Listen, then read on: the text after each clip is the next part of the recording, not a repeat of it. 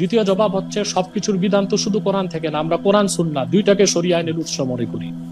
কোরআন শরীফে তো 5 ওয়াক্ত নামাজের কথা আছে, কিন্তু ফজর 2 রাকাত, যোহর 4 রাকাত, আসর 4 রাকাত, মাগরিব 3 রাকাত, এশা 4 রাকাত কোরআনের কোথাও নাই, এটা সুন্নাতে আসছে, হাদিসে আসছে।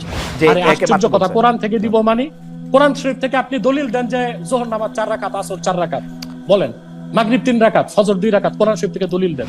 শুধু তাই না, আমরা বলতেছি কোরআন শরীফে সব থাকলেই মানবো তা না, আমরা বলতেছি কোরআন শরীফে সব থাকলেই মানবো তা না, আমরা বলতেছি কোরআন শরীফে সব থাকলেই মানবো তা না। হাদিস আমাদের দলিল, সুন্নাহ আমাদের দলিল। তারা আরো প্রশ্ন করেন যে পবিত্র কোরআনে নামাজের প্রচলিত পরিচিত কাঠামোর সুস্পষ্ট বর্ণনা নেই কেন?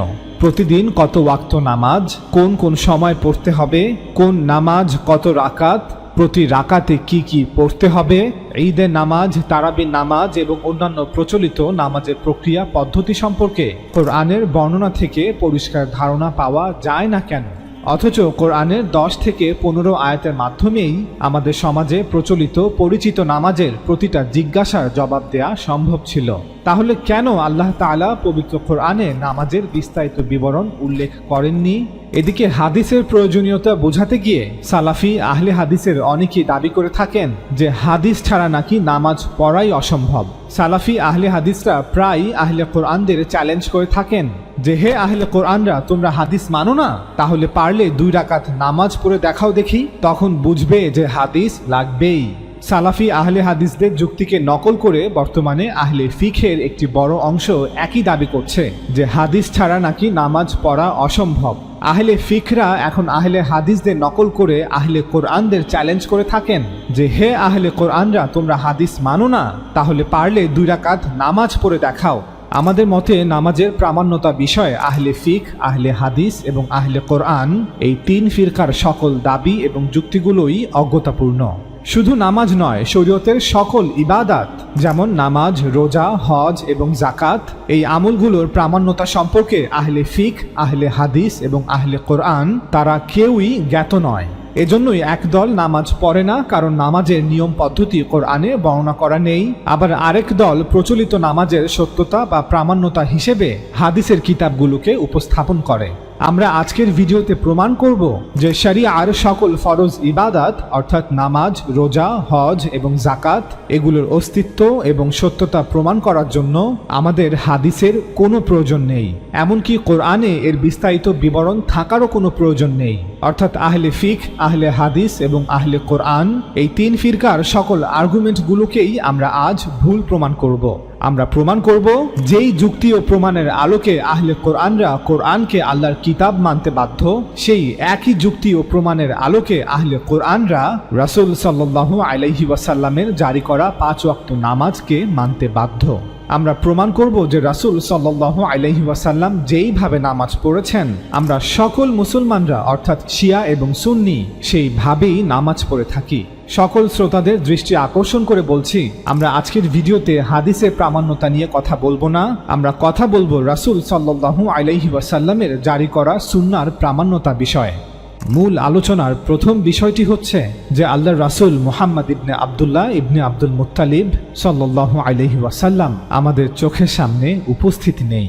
তার কথা, তার কাজ এবং তার সম্মতি এগুলো সবই অতীতের ঘটনা। অর্থাৎ আমরা এমন এক যুগে বাস করছি না যেখানে আল্লাহর রাসূল সাল্লাল্লাহু আলাইহি ওয়াসাল্লাম উপস্থিত আছেন এবং আমরা দ্বীনের বিস্তারিত তথ্য পেতে সরাসরি তার কাছে যেতে পারি।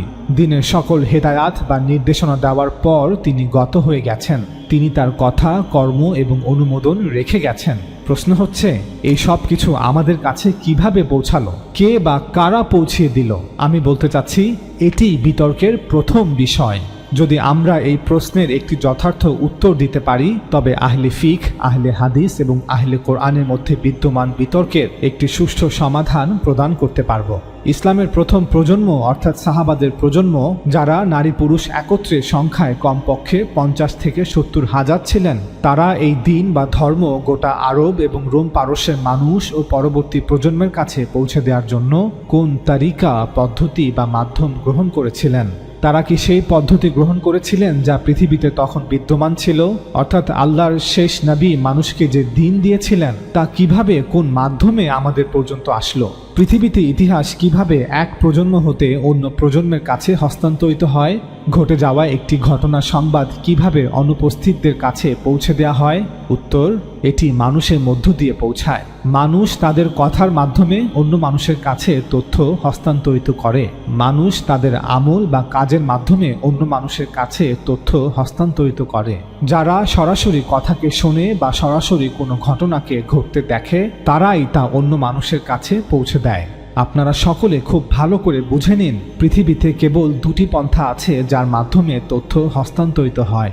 আল্লাহ রাসূল সাল্লাল্লাহু আলাইহি ওয়াসাল্লামের সকল হিদায়াত এই দুটি পন্থার মাধ্যমেই সাহাবাদের প্রজন্ম হতে পরবর্তী প্রজন্মের কাছে হস্তান্তরিত হয়েছে।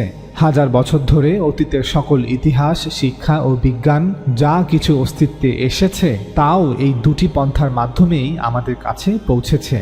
1. মানুষ শুনেছে, 2. মানুষ দেখেছে।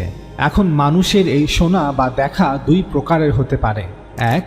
অগণিত বিশাল সংখ্যক মানুষ সরাসরি কিছু প্রত্যক্ষ করেছে, হাজার হাজার অগণিত মানুষ তা ঘটতে দেখেছে। বিভিন্ন স্থানের, বিভিন্ন শহরের, বিভিন্ন গ্রামের বসবাসকারী মানুষ তা দেখেছে। 2. হাতে গোনা কিছু মানুষ বা 2-1 ব্যক্তি তা ঘটতে দেখেছে। আল্লাহ রাসূল সাল্লাল্লাহু আলাইহি ওয়াসাল্লামকে জাজিরাতুল আরবের হাজার হাজার নারী পুরুষ সরাসরি দেখেছে, তার কথা শুনেছে, তার উপর বিশ্বাস স্থাপন করেছে, নাকি গুটি কয়েক নারী পুরুষ সরাসরি দেখেছে, তার কথা শুনেছে, তার উপর বিশ্বাস স্থাপন করেছে? অনেকের মনে প্রশ্ন আসতে পারে যে আমাদের কাছে কি প্রমাণ আছে আব্দুল্লাহর পুত্র মুহাম্মদ সাল্লাল্লাহু আলাইহি ওয়াসাল্লামকে হাজার হাজার অগণিত মানুষ দেখেছে ও শুনেছে? তাছাড়া আমাদের কাছে কি প্রমাণ আছে যে আব্দুল্লাহর পুত্র মুহাম্মদ সাল্লাল্লাহু আলাইহি ওয়াসাল্লাম নামে কারো অস্তিত্বই ছিল কিনা? উত্তর, মুহাম্মদ আরবি সাল্লাল্লাহু আলাইহি ওয়াসাল্লামের অস্তিত্ব অবশ্যই ছিল এবং তিনি একজন ঐতিহাসিক ব্যক্তিত্ব। যদি তার অস্তিত্ব মিথ্যা হয়ে থাকে তবে বলতে হবে যে আরবের বিভিন্ন অঞ্চলে বসবাসকারী হাজার হাজার মানুষ একত্র হয়ে মিথ্যা বলেছে। কেন? পৃথিবীর সকল মানুষ জানে যে 7ম খ্রিস্টাব্দে আরব অঞ্চলে অর্থাৎ বর্তমান সিরিয়া, ইরাক, মিশর ও পারস্যে 2টি সাম্রাজ্য ছিল। 1. রোমান সাম্রাজ্য, 2.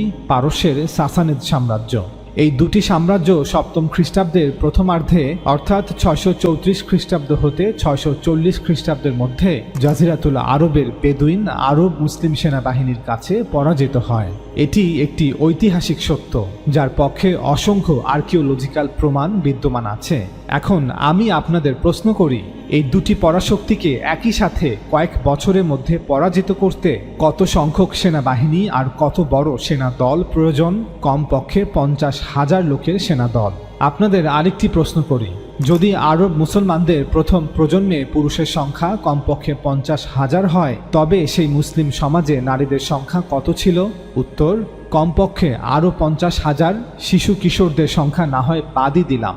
সুতরাং আমরা কোনো কিতাব না ঘেটেই শুধুমাত্র ঐতিহাসিক বাস্তবতার আলোকে অকাট্যভাবে প্রমাণ করলাম যে আরব মুসলমানদের প্রথম প্রজন্মে নারী পুরুষের সংখ্যা ছিল কমপক্ষে 1 লক্ষ বা তার অধিক, যারা আরবের হিজাজ, নাজদ, নাজরান এবং ইয়েমান অঞ্চলে বসবাস করত, যাদের অধিকাংশই রাসূল সাল্লাল্লাহু আলাইহি ওয়াসাল্লামকে সরাসরি দেখেছে এবং শুনেছে, এবং যাদের একটি বড় অংশ রাসূল সাল্লাল্লাহু আলাইহি ওয়াসাল্লামের সাথে একই শহরে বসবাস করেছে, একই সাথে ইবাদত করেছে এবং একই সাথে যুদ্ধ করেছে, এবং তারাই পরবর্তী 10 বছরের মধ্যে একটি বিশাল সাম্রাজ্য প্রতিষ্ঠা করেছে যার ব্যাপ্তি ছিল আলজেরিয়া, মিশর থেকে ইরান এবং শাম থেকে ইয়েমান।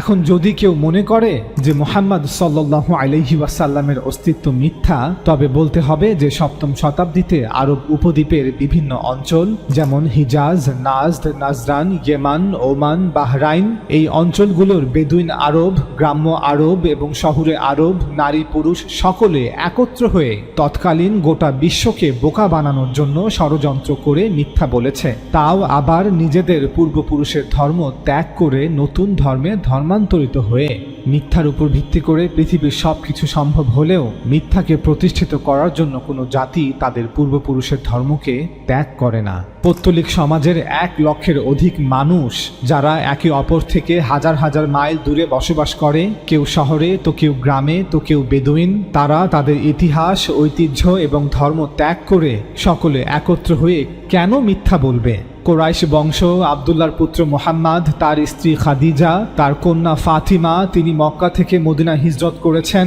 মক্কা জয় করেছেন, যার কাছে ফেরেশতা অবতীর্ণ হয়, যিনি আরবে একঈশ্বরবাদ প্রচার করেছেন, কোরআন শিক্ষা দিয়েছেন, আরব উপদ্বীপের সকল মানুষকে ইসলাম ধর্মে ধর্মান্তরিত করেছেন, সকলকে নিজ নিজ গোত্রের ঊর্ধ্বে উঠে এক হুকুমতের ছায়াতলে নিয়ে এসেছেন। তৎকালীন আরবের লক্ষাধিক মানুষ কেন এতগুলো মিথ্যা কথা বলবে? কেন একটি মিথ্যা চরিত্র রচনা করবে? কেন এত বড় একটি ষড়যন্ত্র করবে? কি উদ্দেশ্যে? তাদের কি মোটিভ? মনে রাখবেন, 2-1 মানুষ মিলে গোপনে ষড়যন্ত্র করা সম্ভব। 10-15 জন বা কয়েকশো মানুষ মিলেও হয়তো গোপনে ষড়যন্ত্র করা সম্ভব, কিন্তু লক্ষাধিক মানুষ, নারী পুরুষ, যারা এক একজন এক এক গোত্রের, এক এক ধর্মের, যারা একে অপর থেকে হাজার হাজার মাইল দূরে বসবাস করে, কেউ শহরে কেউ গ্রামে কেউ বেদুইন, তারা একত্র হয়ে এত বড় একটি ষড়যন্ত্র করবে, এটা অসম্ভব। তাছাড়া মুশরিকদের পাশাপাশি আরব উপদ্বীপের বিভিন্ন অঞ্চলে হাজার হাজার ইহুদি, খ্রিস্টান এবং জরোআস্ট্রিয়ানরাও বসবাস করত। তারাও কি এই ষড়যন্ত্রের অংশ ছিল? না। যদি কেউ মনে করে যে ইসলাম এবং মুহাম্মদ সাল্লাল্লাহু আলাইহি ওয়াসাল্লাম এই সব কিছুই আরবের বিভিন্ন ধর্মের মানুষের দ্বারা তৈরি করা একটি ষড়যন্ত্র, তবে বলতেই হবে আল্লাহ যেন তাকে সুস্থতা দান করেন। অন্যথায় এ ধরনের অসুস্থ মানুষগুলো হয়তো বলবে যে 559 খ্রিস্টপূর্বাব্দে জন্ম নেয়া পারস্যের বিখ্যাত রাজা সাইরাস বা জুলকারনাইন, তিনি ছিলেন পারস্যের আখামেনিদ সাম্রাজ্য এবং এর অধিবাসীদের বানানো একটি চরিত্র। এমনকি রাজা সাইরাসের অস্তিত্ব প্রমাণ করার জন্য আমাদের কাছে যে সকল আর্কিওলজিক্যাল এভিডেন্স আছে, যেমন সাইরাস সিলিন্ডার, তার প্রাসাদ এবং তার কবর, এগুলো সবই তৎকালীন পারস্যের আখামেনিদ সাম্রাজ্য এবং এর অধিবাসীদের তৈরি করে রাখা ছিল, যাতে পরবর্তী প্রজন্মের মানুষদের বোকা বানানো যায়, যাতে হাজার হাজার বছর পর জন্ম নেওয়া মানুষরা মনে করে যে এই সিলিন্ডারে লেখা সাইরাস নামটি আসলেই কোনো বাস্তব রাজার নাম, যিনি অতীতে পারস্য সাম্রাজ্যকে শাসন করেছেন। এই অসুস্থ মানুষগুলো হয়তো একইভাবে আরো বলবে যে 550 খ্রিস্টপূর্বাব্দে জন্ম নেয়া চীনের বিখ্যাত দার্শনিক কনফিউশাস ছিলেন প্রাচীন চীনের রাজবংশগুলোর বানানো একটি চরিত্র। অথবা এই অসুস্থ মানুষগুলো হয়তো বলবে 500 খ্রিস্টপূর্বাব্দে জন্ম নেয়া ভারতের বিখ্যাত সাধু গৌতম বুদ্ধ ছিলেন প্রাচীন ভারতের মৌর্য সাম্রাজ্যের বানানো একটি চরিত্র। অথবা হয়তো এই অসুস্থ মানুষগুলো বলবে যীশুখ্রিস্ট বা ঈসা আলাইহিস সালাম ছিলেন প্রাচীন রোম সাম্রাজ্যের বানানো একটি চরিত্র এবং খ্রিস্টান ধর্ম তাদেরই তৈরিকৃত।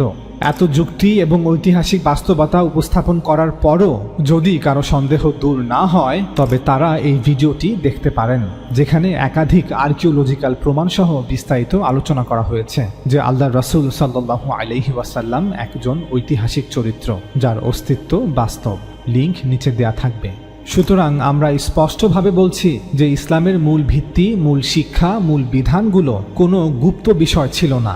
রাসূল সাল্লাল্লাহু আলাইহি ওয়াসাল্লাম মদিনার সকল নারী পুরুষের জামাতের সাথে মসজিদে প্রকাশ্যে সালাত আদায় করতেন, সালাতের মধ্যে উচ্চস্বরে কোরআন পাঠ করতেন, সকলের সাথে প্রকাশ্যে রোজা রাখতেন, সেহরি ও ইফতারি করতেন, সকলের সাথে হজ আদায় করেছিলেন, সকলের সাথে ঈদ উদযাপন করতেন, সকলের সাথে মৃত ব্যক্তির জন্য জানাজার সালাত আদায় করতেন, সবার সাথে মিলে মৃত ব্যক্তিকে কবরস্থ করতেন, সবার সামনে বিয়ে পড়াতেন বা বিয়ের সাক্ষী থাকতেন।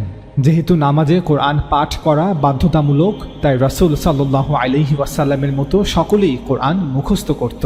ইমাম শাফি প্রথম ব্যক্তি যিনি তার কিতাব আর রিসালাতে এই বিষয়টিকে অত্যন্ত নিখুঁতভাবে তুলে ধরেছেন, যদিও ওনার পূর্বে ইমাম আবু হানিফা এবং ইমাম মালিক এর উপর সবচেয়ে বেশি জোর দিয়েছেন। তবে কিতাবের মাধ্যমে লিখিতভাবে ইমাম শাফি প্রথম ব্যক্তি যিনি এই বিষয়টিকে তুলে ধরেছেন।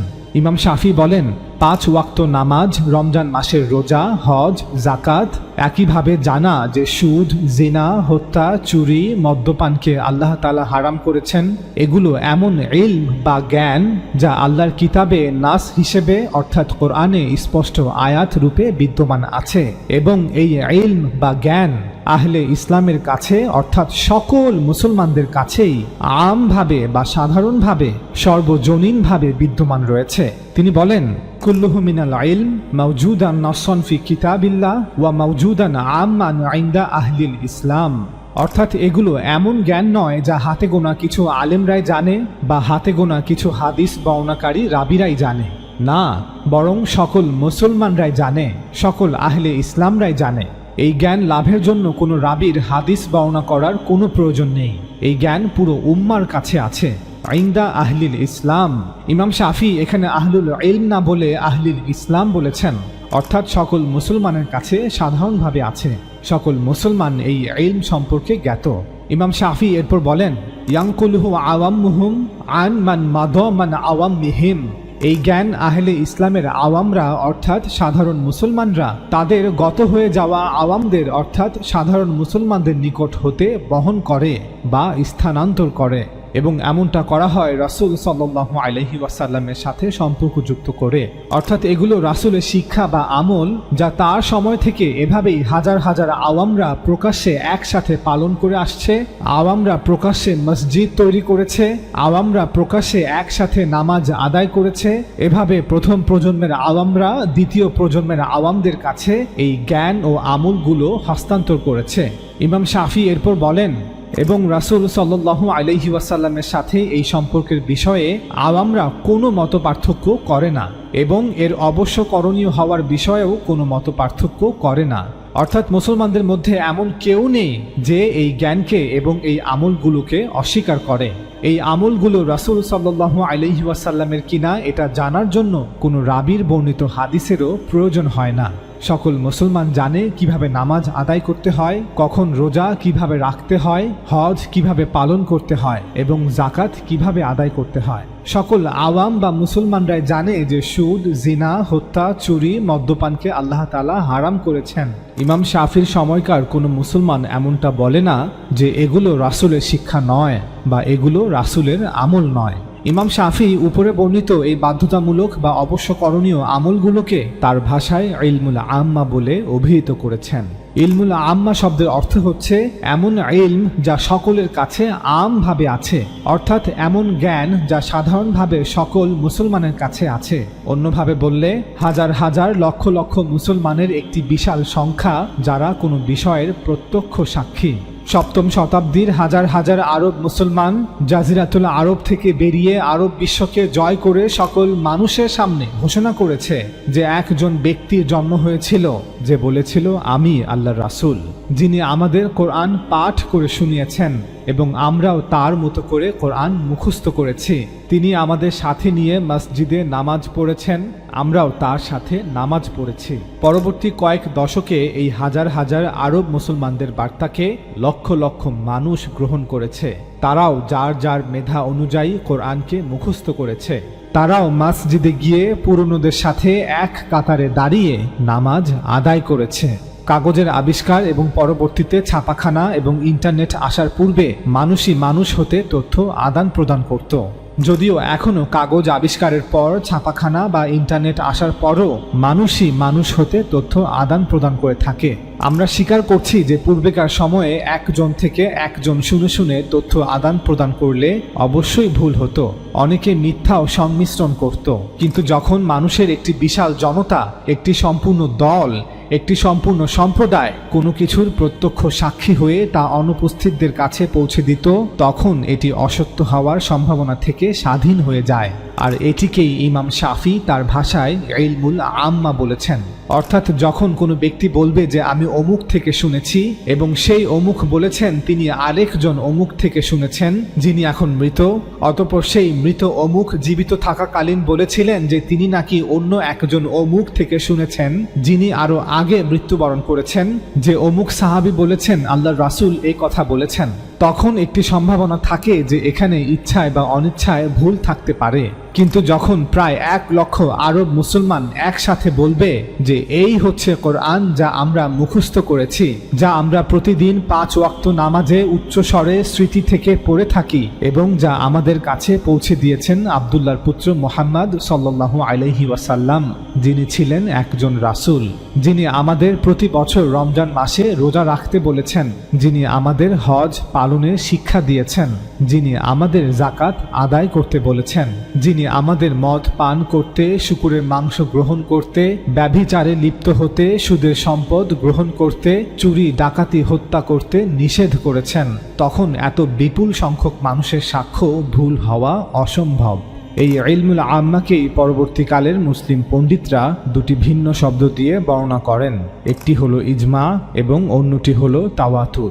ইজমা বলতে বোঝায় যখন মানুষের একটি বিশাল দল, একটি সম্পূর্ণ সম্প্রদায় কোনো বিষয়ের ব্যাপারে একই রকম সাক্ষ্য দেয়, পুরো সম্প্রদায়ের মধ্যে সেই বিষয়ে কোনো মতপার্থক্য থাকে না। এবং তাওয়াতুর বলতে বোঝায় এমন কিছু যা লাগাতার চলছে। যদি সেই বিষয়টি কোনো কথা বা বাক্য হয়, তবে তার সম্প্রদায়ের সকলের জবানে বা জিহ্বার ডগায় সবসময় জারি থাকে, অর্থাৎ সকলেই তা মুখস্থ রেখেছে।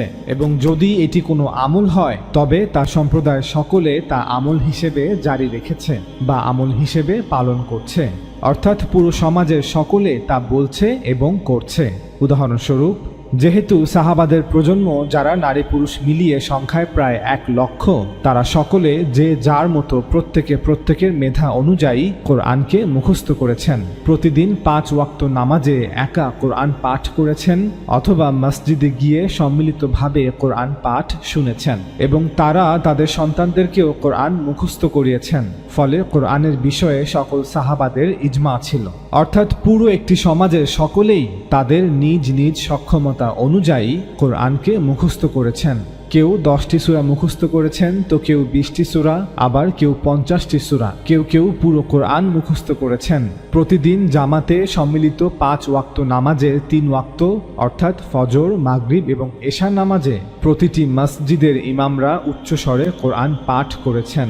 ওমর রাদিয়াল্লাহু তাআলা আনহু-এর খেলাফতের সময় হতে প্রতি বছর রমজান মাসে তারাবির নামাজে প্রতিটি মসজিদের ইমামরা উচ্চস্বরে পুরো কোরআন পাঠ করেছেন। ফলে কোরআন ছিল একটি জীবন্ত কিতাব যা সবার স্মৃতিতে মুখস্থ ছিল। ইমাম ভুল করলেই অন্যরা তা ধরিয়ে দিতেন। সেই সমাজে কোরআন এমন ছিল যে কোরআনের ছাত্রের সংখ্যার ন্যায় কোরআনের শিক্ষকের সংখ্যাও হাজার হাজার। ফলে কেউ ভুল করলেই অন্যরা তা ধরিয়ে দিতে পারত। আর নামাজ তো ছিলই, যেখানে সমাজের বিভিন্ন শ্রেণীর মানুষ প্রতিদিন একত্র হয়ে কোরআন পাঠ শুনত। এই সব কিছুর কারণেই কোরআন হয়ে ওঠে এক নির্ভুল জীবন্ত কিতাব। একইভাবে যেহেতু সাহাবাদের প্রজন্ম যারা নারী পুরুষ মিলিয়ে সংখ্যায় প্রায় 1 লক্ষ, তারা সকলে প্রতিদিন 5 ওয়াক্ত নামাজ একা অথবা নিজ নিজ এলাকার মসজিদে গিয়ে সম্মিলিতভাবে আদায় করেছেন এবং তারা তাদের সন্তানদেরকেও নামাজে শিক্ষা দিয়েছেন। ফলে নামাজের বিষয়ে সকল সাহাবাদের ইজমা বা ঐক্যমত ছিল। ইমাম ভুল করলেই অন্যরা তা ধরিয়ে দিতেন।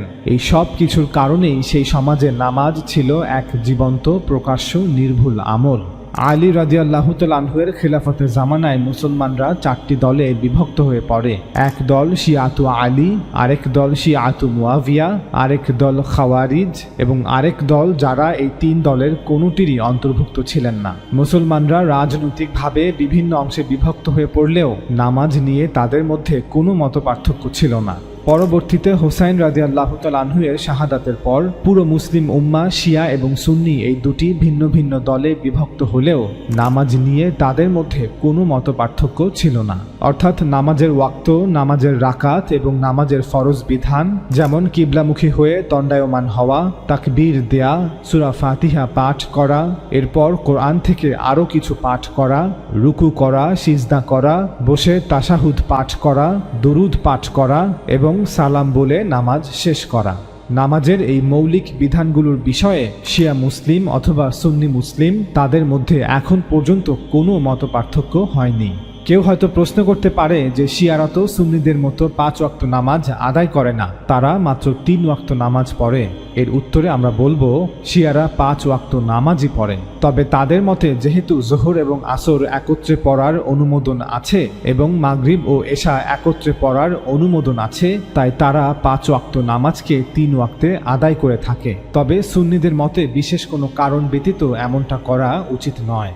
সুতরাং শিয়ারা 3 ওয়াক্ত নয় বরং 5 ওয়াক্ত নামাজই আদায় করে থাকে, তবে জোহর আসর একত্রে এবং মাগরিব এশা একত্রে আদায় করে। 978 খ্রিস্টাব্দে আন্দালুসে জন্ম নেয়া বিখ্যাত মালিকি উসুলি আলেম ইবনে আব্দুল বার তার কিতাব জামে বায়ান আল ইলম ওয়া ফাদলিহিতে লিখেন, দিনের ইলম বা জ্ঞানের 2টি উসুল বা মূলনীতি আছে। 1 আল্লাহর কিতাব কোরআন, 2 রাসূলের সুন্নাহ। এরপর ইবনে আব্দুল বার লিখেন, সুন্নাহ 2 ভাগে বিভক্ত। একটি হলো সেই সুন্নাহ যা পুরো উম্মাহ হতে বহন করে বা হস্তান্তর করে, তানকিলুহু আল কাফাতু আনিল কাফা, পুরো উম্মাহ হতে বহন করে বা হস্তান্তর করে। অর্থাৎ এই সুন্নাহ উম্মতের পরবর্তী প্রজন্মের সকলে তার পূর্ববর্তী প্রজন্মের সকল হতে গ্রহণ করে বা উম্মতের পূর্ববর্তী প্রজন্মের সকলে তার পরবর্তী প্রজন্মের সকলের কাছে হস্তান্তরিত করে। তিনি লিখেন, এই সুন্নাহর কিছু উদাহরণ হচ্ছে, যেমন নামাজ কিভাবে পড়তে হয়, রোজা কিভাবে রাখতে হয়, হজ কিভাবে করতে হয়, যাকাত কিভাবে আদায় করতে হয়, এতেকাফ কিভাবে পালন করতে হয়, ইত্যাদি ইত্যাদি। এরপর ইবনে আব্দুল বার লিখেন, এই সুন্নাহ প্রমাণ হিসেবে স্পষ্ট এবং এতে কোনো মতপার্থক্য থাকে না। অর্থাৎ মুসলিম উম্মার সকলে একইভাবে আমল করে আসছে, হোক তারা বিভিন্ন ফিরকা এবং মাযহাবের, যেমন শিয়া, সুন্নি, খারেজি অথবা হানাফি, মালিকি, শাফি, হাম্বলি এবং মুতাজিলা। এরপর ইবনে আব্দুল বার লিখেন, যে ব্যক্তি পুরো উম্মার এই ইজমাকে বা ঐক্যমতকে প্রত্যাখ্যান করল, সে যেন আল্লাহর আয়াত থেকে কোনো আয়াতকে প্রত্যাখ্যান করল।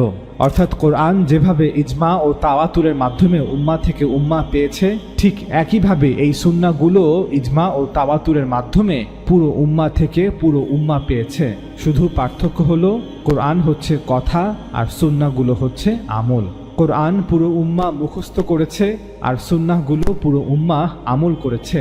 এরপর ইবনে আব্দুল বার লিখেন, সুন্নাতের দ্বিতীয় প্রকার হচ্ছে যা আমরা আখবারে আহাদ হতে পেয়েছি, অর্থাৎ যেগুলো বিভিন্ন ব্যক্তি ইসনাদের মাধ্যমে বর্ণনা করেছে, একজন অন্যজন হতে শুনে শুনে বর্ণনা করেছে, যেগুলোকে আমরা হাদিস বলে থাকি। ইবনে আব্দুল বার স্পষ্টভাবে বলেছেন যে রাসূল সাল্লাল্লাহু আলাইহি ওয়াসাল্লাম কিভাবে নামাজ পড়েছেন, কিভাবে রোজা রেখেছেন, কিভাবে হজ পালন করেছেন, কিভাবে এতেকাফের আমল করেছেন, কিভাবে মৃত ব্যক্তির দাফন কাফন করেছেন, এগুলো আমরা পুরো উম্মাহ থেকে পুরো উম্মাহ পেয়েছি। তবে তিনি এটাও বলেছেন যে এই সুন্নাহগুলো ভিন্ন আরেকটি মাধ্যমেও আমরা পেয়েছি, সেটি হলো বিভিন্ন হাদিস বা রাওয়ায়েত। তবে সবচেয়ে মজবুত ও অকাট্য মাধ্যম হচ্ছে যা পুরো উম্মাহ থেকে পুরো উম্মাহ পেয়েছি। সুতরাং হাদিস না থাকলে নামাজ কিভাবে পড়তে হয় তা জানতাম না, এই ধরনের কথা শুধুই অজ্ঞতা ও মূর্খতা। 994 খ্রিস্টাব্দে আন্দালুসের কর্দোবা শহরে জন্ম নেয়া জাহিরি মাযহাবের বিখ্যাত ইমাম ইবনে হাজাম তার উসুলি কিতাব আল ইহকামে লিখেন, খবরে মুতাওয়াতির হলো যা কাফাতুন বা'দা কাফা, ঠিক যেমনটি মালিকি উসুলি আলেম ইবনে আব্দুল বার বলেছিলেন, কাফা আনিল কাফা, অর্থাৎ লাগাতারভাবে চলমান সংবাদ হলো সেই সংবাদ যা কোনো জাতি বা গোষ্ঠীর সকল মানুষ পুরো একটি প্রজন্ম আরেক প্রজন্মের কাছে অনবরত পৌঁছে দিতে থাকে। ইবনে হাজাম লিখেন, যখন আমরা এমন মুতাওয়াতির জ্ঞান লাভ করব, তখন তা থেকে দিনের সিদ্ধান্ত নেওয়া আমাদের উপর বাধ্যতামূলক। ইবনে হাজাম লিখেন, মুতাওয়াতির জ্ঞানের কিছু উদাহরণ হচ্ছে, রাসূল সাল্লাল্লাহু আলাইহি ওয়াসাল্লাম নিজেকে নবী দাবি করেছেন এবং রাসূল সাল্লাল্লাহু আলাইহি ওয়াসাল্লামের উপর আল্লাহ তাআলা কোরআন নাজিল করেছেন। অর্থাৎ কোরাইশ বংশে আব্দুল্লাহর পুত্র মুহাম্মদ নামে পরিচিত একজন ব্যক্তি ছিলেন, যিনি মক্কায় জন্মগ্রহণ করেছিলেন, যিনি দাবি করেছিলেন যে তিনি আল্লাহর শেষ নবী, যিনি কোরআন পাঠ করে শুনিয়েছিলেন। আমরা কিভাবে এসব সম্পর্কে জানতে পারলাম? ইবনে হাজাম বলছেন, আমরা খবরে তাওয়াতুরের উপর ভিত্তি করে নিশ্চিতভাবে জানতে পারি যে এই তথ্যগুলো সম্পূর্ণ সঠিক। ইবনে হাজাম লিখেন, একইভাবে আমরা খবরে তাওয়াতুরের উপর ভিত্তি করে নিশ্চিতভাবে জানতে পারি যে কোন ওয়াক্তের নামাজের রাকাত সংখ্যা কত, এবং জাকাতের নির্দেশনাবলীর সাথে সম্পর্কিত অনেক বিষয় এবং এ ধরনের আরও অনেক কিছু যে সম্পর্কে কোরআনে বিস্তারিত আলোচনা নেই। অর্থাৎ কোরআনে নামাজের ব্যাপারে অনেক কথা বলা হয়েছে, জাকাত প্রদানের নির্দেশনাবলী উল্লেখ করা হয়েছে, তবে নামাজ কিভাবে আদায় করতে হবে, এর ওয়াক্ত সংখ্যা কত হবে বা রাকাত সংখ্যা কত হবে, এবং নামাজের বিভিন্ন আমলগুলো কি অথবা কোন কোন জিনিসগুলো পাঠ করতে হবে তা কোরআনে বিস্তারিতভাবে বলা হয়নি। যদিও কিছু থাকে তবে তা সংক্ষিপ্তভাবে বলা হয়েছে। একইভাবে যদিও জাকাত সম্পর্কিত কিছু নীতিমালা কোরআনে পাওয়া যায়, তবে জাকাত কিভাবে গণনা করতে হবে, আমাদের সঞ্চয় থেকে কত হবে, গবাদি পশু বা কৃষিজাত পণ্য থেকে কত হবে, এ সম্পর্কে কোরআনে বিস্তারিত আলোচনা নেই। সুতরাং কোরআন নিজে এবং কোরআন ব্যতীত আরও কিছু বিষয়, জ্ঞান বা আমল আমরা খবরে মুতাওয়াতিরের মাধ্যমে পেয়ে থাকি, যেগুলোর বিষয়ে ইসলামের প্রথম প্রজন্মের ইজমা ছিল এবং যেগুলো ইসলামের প্রথম প্রজন্ম হতে তাওয়াতুরের মাধ্যমে দ্বিতীয় প্রজন্মের কাছে এসেছে এবং এভাবেই পরবর্তী প্রজন্মগুলোর কাছেও তা পৌঁছিয়েছে। ইবনে হাজাম লিখেন, পৃথিবীতে এমন অসংখ্য শহর আছে যা আমরা নিজ চোখে দেখিনি, কিন্তু আমরা খবরে মুতাওয়াতিরের উপর ভিত্তি করে নিশ্চিতভাবে জানি যে সেই শহরগুলি কোথায় আছে। একইভাবে অনেক পূর্বে গত হয়ে যাওয়া বিভিন্ন জ্ঞানী, পণ্ডিত, দার্শনিক এবং রাজাদের নাম, যাদেরকে আমরা খবরে মুতাওয়াতিরের উপর ভিত্তি করে নিশ্চিতভাবে চিনি। একইভাবে অতীতের অনেক গুরুত্বপূর্ণ ঘটনা, সে সম্পর্কেও আমরা যা কিছু জানি তা খবরে মুতাওয়াতিরের উপর ভিত্তি করেই জানি। ইবনে হাজাম লিখেন, এরপর যদি কোনো ব্যক্তি এই মুতাওয়াতির জ্ঞানকে অস্বীকার করে অথবা জ্ঞানের এই উৎসকে অস্বীকার করে, তাহলে এটি ইন্দ্রিয়ের মাধ্যমে প্রাপ্ত জ্ঞানকে অস্বীকার করার মতোই। যদি কেউ খবরে মুতাওয়াতির জ্ঞানকে অস্বীকার করে, তাহলে তার উচিত এই সত্যটিও অস্বীকার করা যে তার পূর্বেও কোনো যুগ অতিক্রান্ত হয়েছে, এবং এই সত্যটিও অস্বীকার করা উচিত যে তার মা এবং তার বাবা তার আগে ছিলেন। অর্থাৎ তার উচিত তার বাবা মায়ের অস্তিত্বকেও অস্বীকার করা, কারণ তাদের সম্পর্কেও যে খবর সে পেয়েছে তাও তাওয়াতুরের মাধ্যমেই অর্জিত হয়েছে। সে সেই ঘটনাটিকে দেখেনি যে সময় তার জন্ম হয়েছিল, তাকে তো শুধু বলা হয়েছে, অর্থাৎ এটি কেবল সেই খবর যা সে অনেক মানুষের কাছ থেকে শুনেছে এবং সেই খবরটি তার আশেপাশের আত্মীয় স্বজন, পাড়া প্রতিবেশী তাকে দিয়েছে। এত মানুষের খবরের উপর ভিত্তি করার কারণে তার মনে বিন্দুমাত্র সন্দেহ নেই যে এই নারী তার মা এবং এই পুরুষ তার বাবা, যদিও তার কাছে ইন্দ্রিয়লব্ধ কোনো পর্যবেক্ষণ নেই। এতদ সত্ত্বেও তার মনে একবারও সন্দেহ হয়নি যে তার আত্মীয় স্বজন, পাড়া প্রতিবেশী সকলে মিলে মিথ্যা বলছে বা কোনো ষড়যন্ত্র করছে।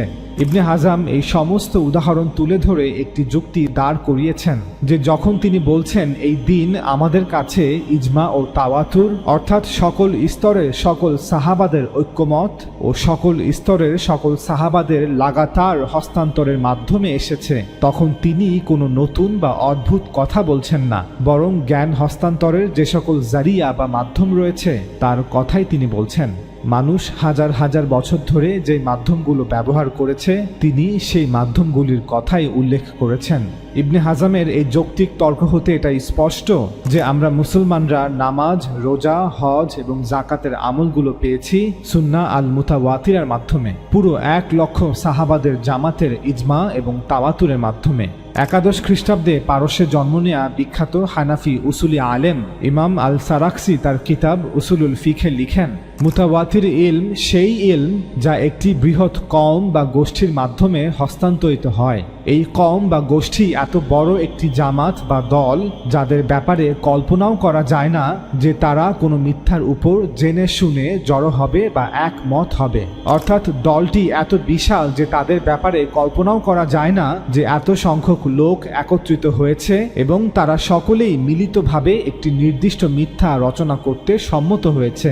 এরপর ইমাম সারাকসি লিখেন, এত বড় কওমের মিথ্যার উপর জড়ো হওয়া অসম্ভব, কারণ সংখ্যাটি খুব বড়, এবং দ্বিতীয়ত সেই বৃহৎ সংখ্যাটি কোনো একটি নির্দিষ্ট স্থানে একত্রিত নয়।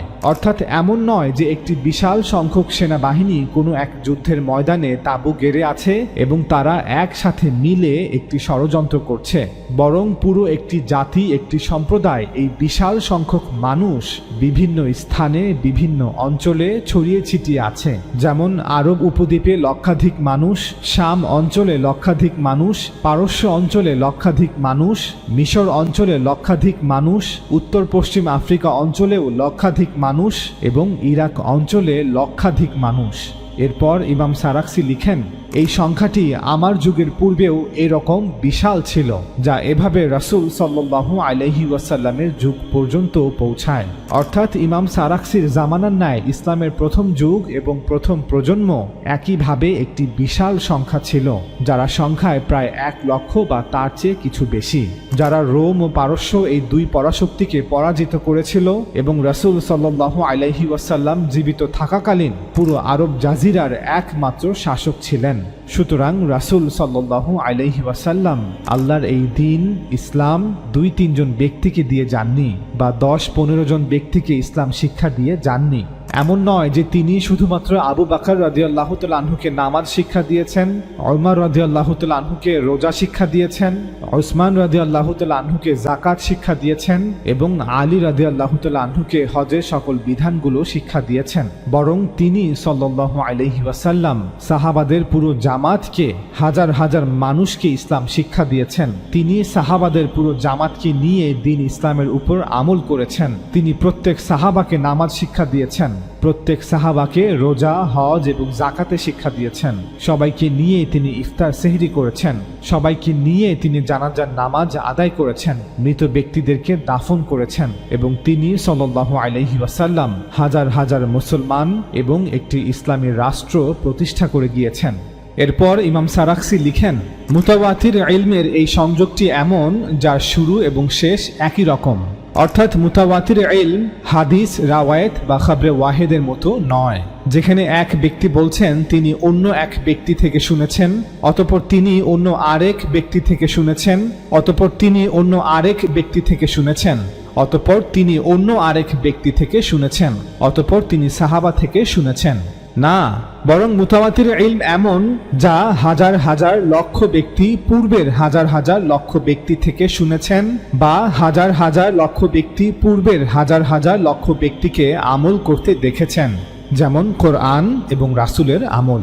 এরপর ইমাম সারাক্সি লিখেন, এই মুতাওয়াতির ইলম বা জ্ঞান কি তা কিছু উদাহরণের মাধ্যমে বোঝা যেতে পারে, যেমন 5 ওয়াক্ত নামাজ এবং এর রাকাতগুলো, যাকাতের পরিমাণ এবং এরকম সব অনুরূপ বিষয়। অর্থাৎ এমন সকল বিষয় যা পুরো মুসলিম উম্মাহ আমল করে থাকে, যা প্রতিটি মুসলিম ব্যক্তির সাথে সম্পর্কিত, যা দ্বীনের মৌলিক বিষয়, দ্বীনের মৌলিক ইবাদত। অর্থাৎ মুতাওয়াতির ইলম এমন যা একজন মুসলমানের দৈনন্দিন জীবনের সাথে সরাসরিভাবে সম্পর্কিত। এরপর ইমাম সারাক্সি লিখেন, এই মুতাওয়াতির ইলম বা জ্ঞান যা আমাদের কাছে তাওয়াতুরের মাধ্যমে পৌঁছেছে তা সেই জ্ঞানের অনুরূপ হয়ে যাবে যা সাহাবারা সরাসরি নবী সাল্লাল্লাহু আলাইহি ওয়াসাল্লামের কাছ থেকে সংগ্রহ করেছিলেন। অর্থাৎ যেহেতু সাহাবাদের প্রজন্ম হতে তাবেঈ, তাবেঈদের প্রজন্ম হতে তাবে তাবেঈ, অতঃপর একইভাবে তাবে তাবেঈ হতে পরবর্তী সকল প্রজন্ম সব সময় একটি বিশাল সংখ্যা ছিল।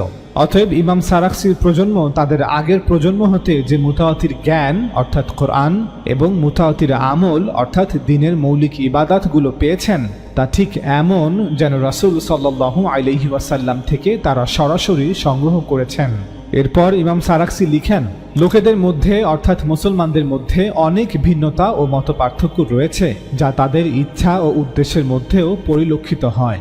অর্থাৎ যদি আপনি মানুষের কথা চিন্তা করেন তাহলে তাদের আকাঙ্ক্ষা ভিন্ন, উদ্দেশ্য ভিন্ন, এমনকি তারা তাদের স্বভাবেও ভিন্ন। মানুষ কখনোই একরকম হয় না। মানুষের ব্যাপারটা এমন নয় যে তারা পশু এবং কেবল তাদের প্রবৃত্তির ভিত্তিতেই তারা সামনে এগিয়ে চলে। আমরা লক্ষ্য করি যে আল্লাহ তাদেরকে বিভিন্ন ক্ষমতা দিয়েছেন, যার ফলে তাদের বিভিন্ন লক্ষ্য এবং উদ্দেশ্য রয়েছে, তাদের বিভিন্ন আকাঙ্ক্ষা রয়েছে, তাদের মধ্যে অগণিত পার্থক্য রয়েছে। ইমাম সারাক্সি লিখেন, এত পার্থক্য থাকা সত্ত্বেও কিছু মৌলিক বিষয়ে কি তাদের একত্রিত করেছে?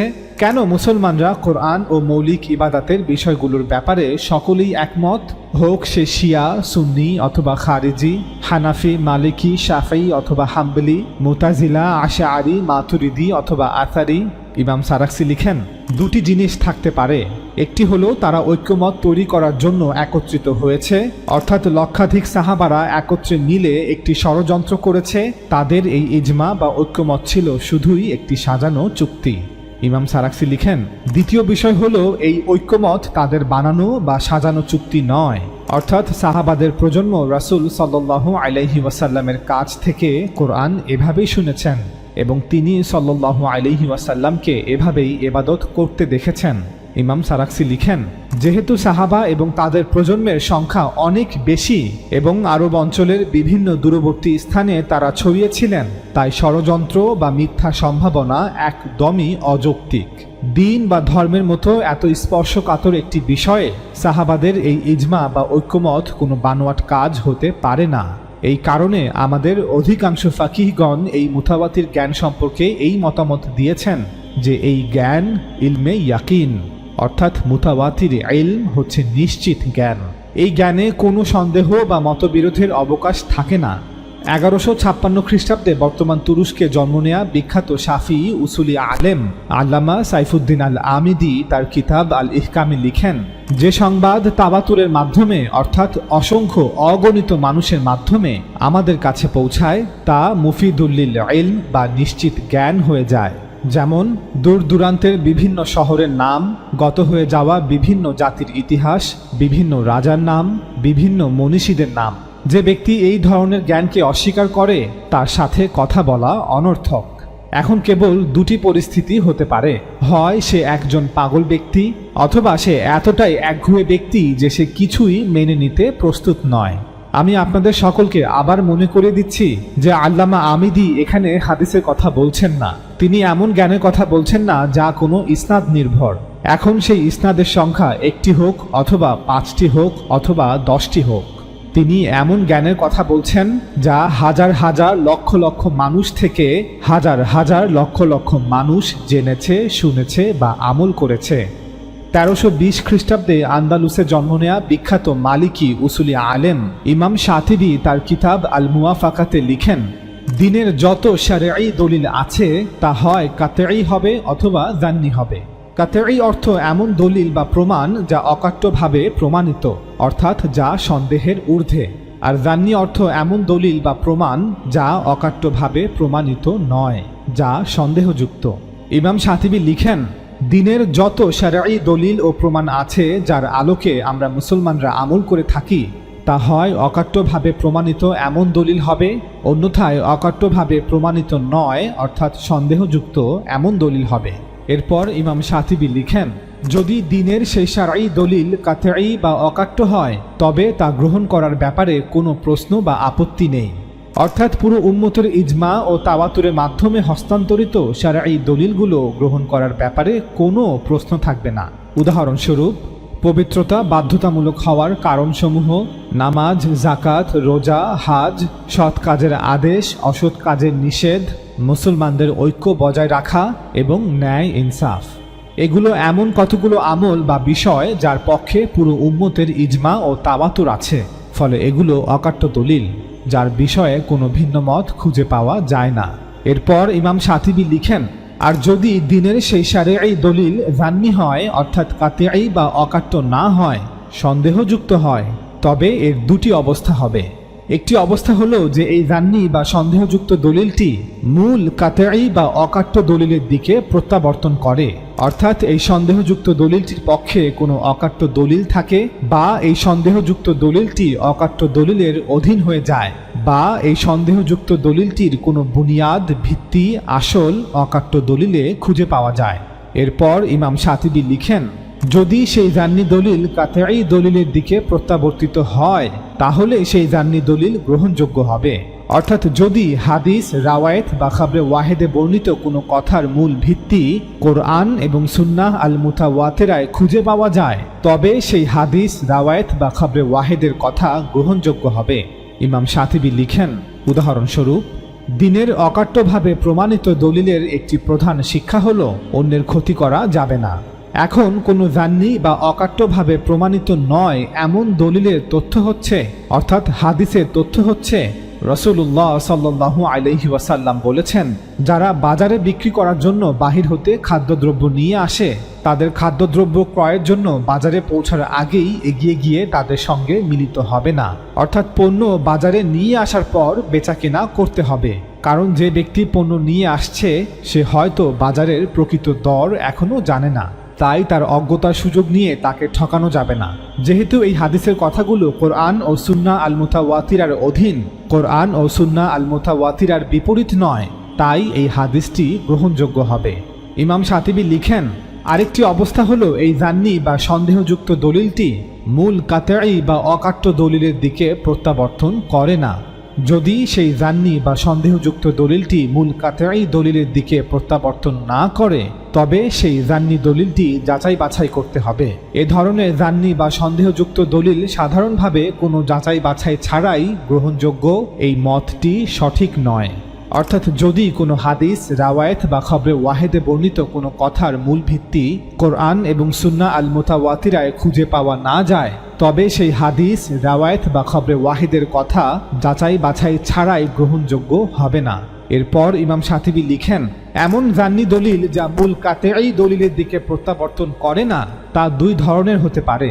ক, এমন জান্নি বা সন্দেহযুক্ত দলিল যা মূল কাতঈ বা অকাট্য দলিলের বিরোধী বা বিপরীত হয়। খ, এমন জান্নি বা সন্দেহযুক্ত দলিল যা মূল কাতঈ বা অকাট্য দলিলের বিরোধী বা বিপরীত নয়, আবার কাতঈ বা অকাট্য দলিলের রকম বা মতো নয়। ইমাম শাতিবী পরবর্তীতে লিখেছেন, তিনি এমন কোনো জান্নি বা সন্দেহযুক্ত দলিল খুঁজে পাননি যা অকাট্য দলিলের বিরোধীও নয় আবার তার মতো নয়।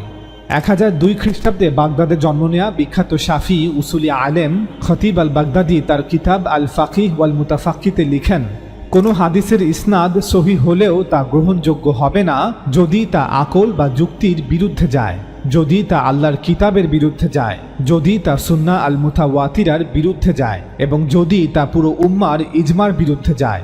1116 খ্রিস্টাব্দে বাগদাদে জন্ম নেয়া বিখ্যাত হাম্বলি উসুলি আলেম ইবনুল জাওজি বলেন, যদি কোনো হাদিস বা রাওয়ায়েত যার ইসনাদ সহি কিন্তু তা আকল বা যুক্তির বিরুদ্ধে যায়, প্রতিষ্ঠিত ওহির বিরুদ্ধে যায়, ইসলামের উসুল বা নীতিমালার বিরুদ্ধে যায়, তখন জানবে যে উক্ত হাদিস বা রাওয়ায়েত সহি নয়। ইমাম সুয়ুতি বলেন, ইবনুল জাওজি উসুল বা নীতিমালার বিরুদ্ধে যায় বলতে বুঝিয়েছেন উসুলি আলেমদের কর্তৃক লিখিত বিখ্যাত উসুলি বইগুলির বাইরে যায়, যে সকল মূলনীতিগুলোর বিষয়ে সকল যুগের সকল আলেমরাই একমত।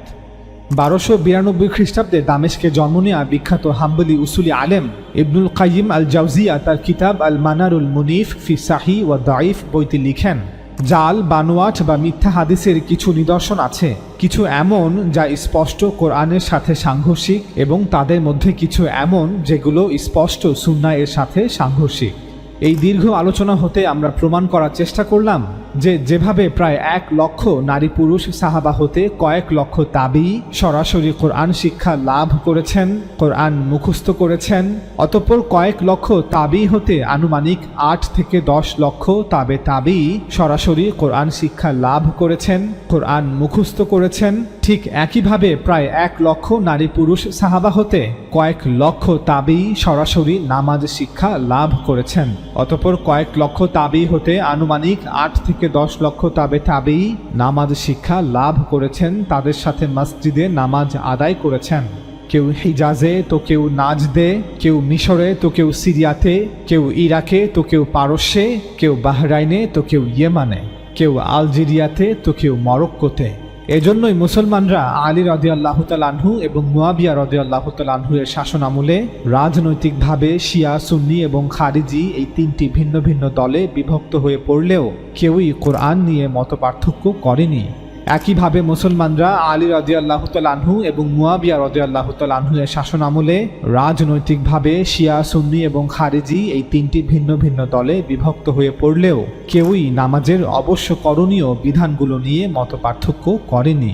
অতএব মুসলমানরা যে সকল প্রমাণের আলোকে কোরআনকে মাহফুজ বা সংরক্ষিত বলে, ঠিক একই প্রমাণের আলোকে নামাজ ও দ্বীনের অন্যান্য মৌলিক ইবাদতগুলোকেও সংরক্ষিত বলে থাকে।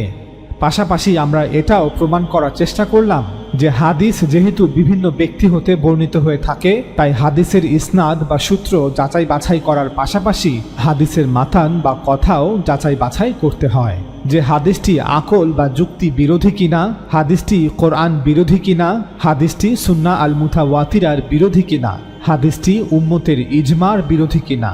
আমরা সকলের দৃষ্টি আকর্ষণ করে বলছি, আমরা যখনই ইজমা বা ঐক্যমত শব্দটি ব্যবহার করছি তখন পুরো উম্মার ইজমা বা ঐক্যমতের বিষয়ে কথা বলা হচ্ছে, এখানে দ্বীনের আলেমদের ইজমার বিষয়ে কথা বলা হচ্ছে না। চলুন আমরা পরবর্তী আলোচনায় প্রবেশ করি। আল্লাহ রাসূল সাল্লাল্লাহু আলাইহি ওয়াসাল্লাম দ্বীন বা ধর্ম হিসেবে আমাদের যা দিয়েছেন তা সাহাবাদের বিশাল সংখ্যক জামাতের ইজমা এবং তাদের তাওয়াতুরের মাধ্যমে আমাদের কাছে পৌঁছেছে। এই দ্বীন বা ধর্ম দুটি রূপে আমাদের কাছে পৌঁছেছে, একটি হলো কোরআন এবং অন্যটি হলো সুন্নাহ। কোরআন হচ্ছে আল্লাহর কালাম এবং সুন্নাহ হচ্ছে নবী সাল্লাল্লাহু আলাইহি ওয়াসাল্লাম থেকে কোরআন ব্যতীত দ্বীন হিসেবে যা কিছু আমরা প্রাপ্ত হয়েছি। অর্থাৎ একটি হলো কোরআন এবং অন্যটি হলো গায়রাল কোরআন।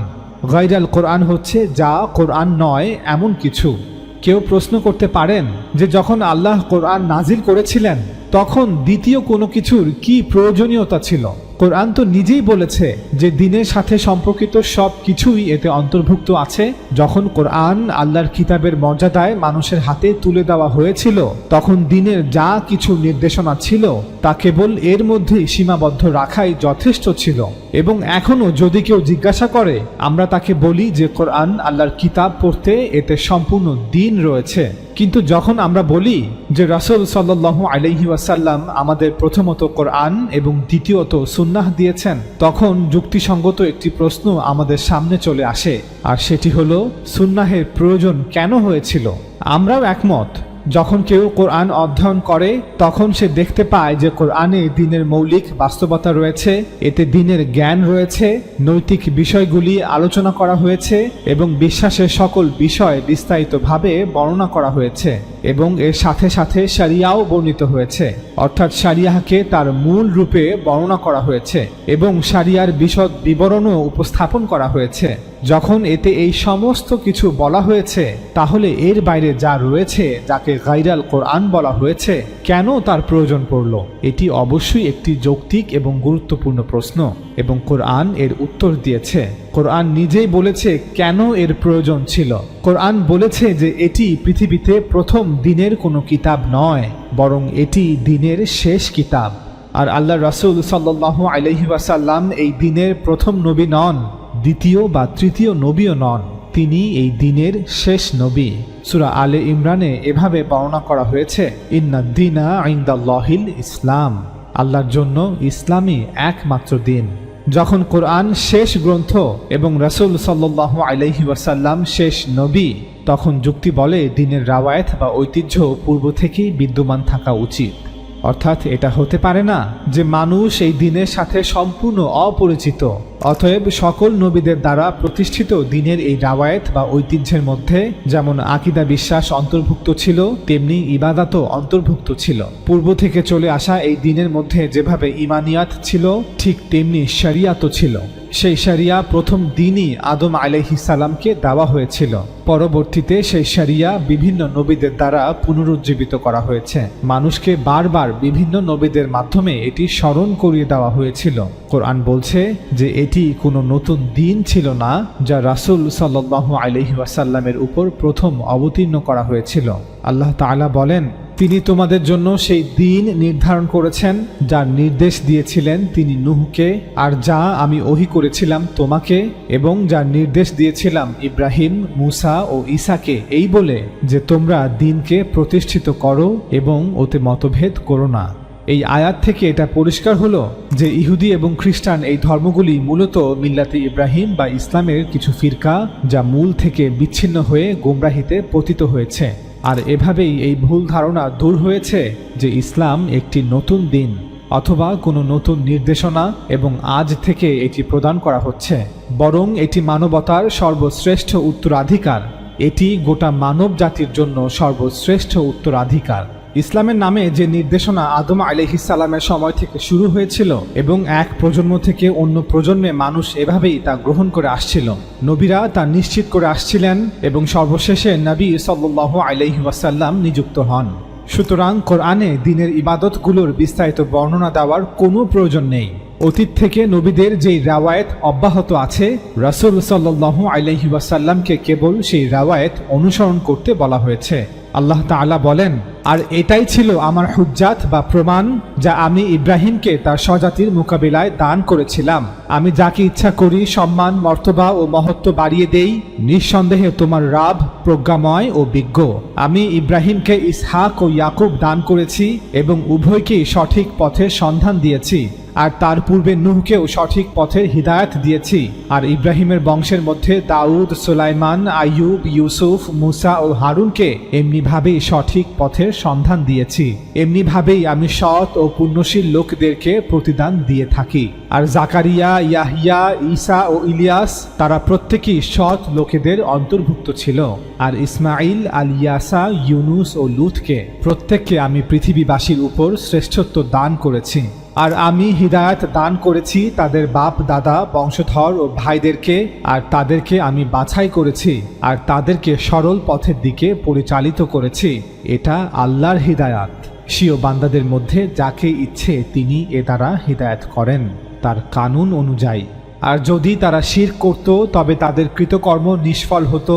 তারা ছিল সেই লোক যাদেরকে আমি কিতাব, কর্তৃত্ব ও নবুয়াত দান করেছি।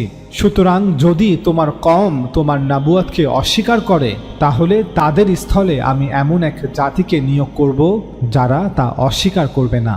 এরাই তারা যাদেরকে আল্লাহ হেদায়েত করেছেন।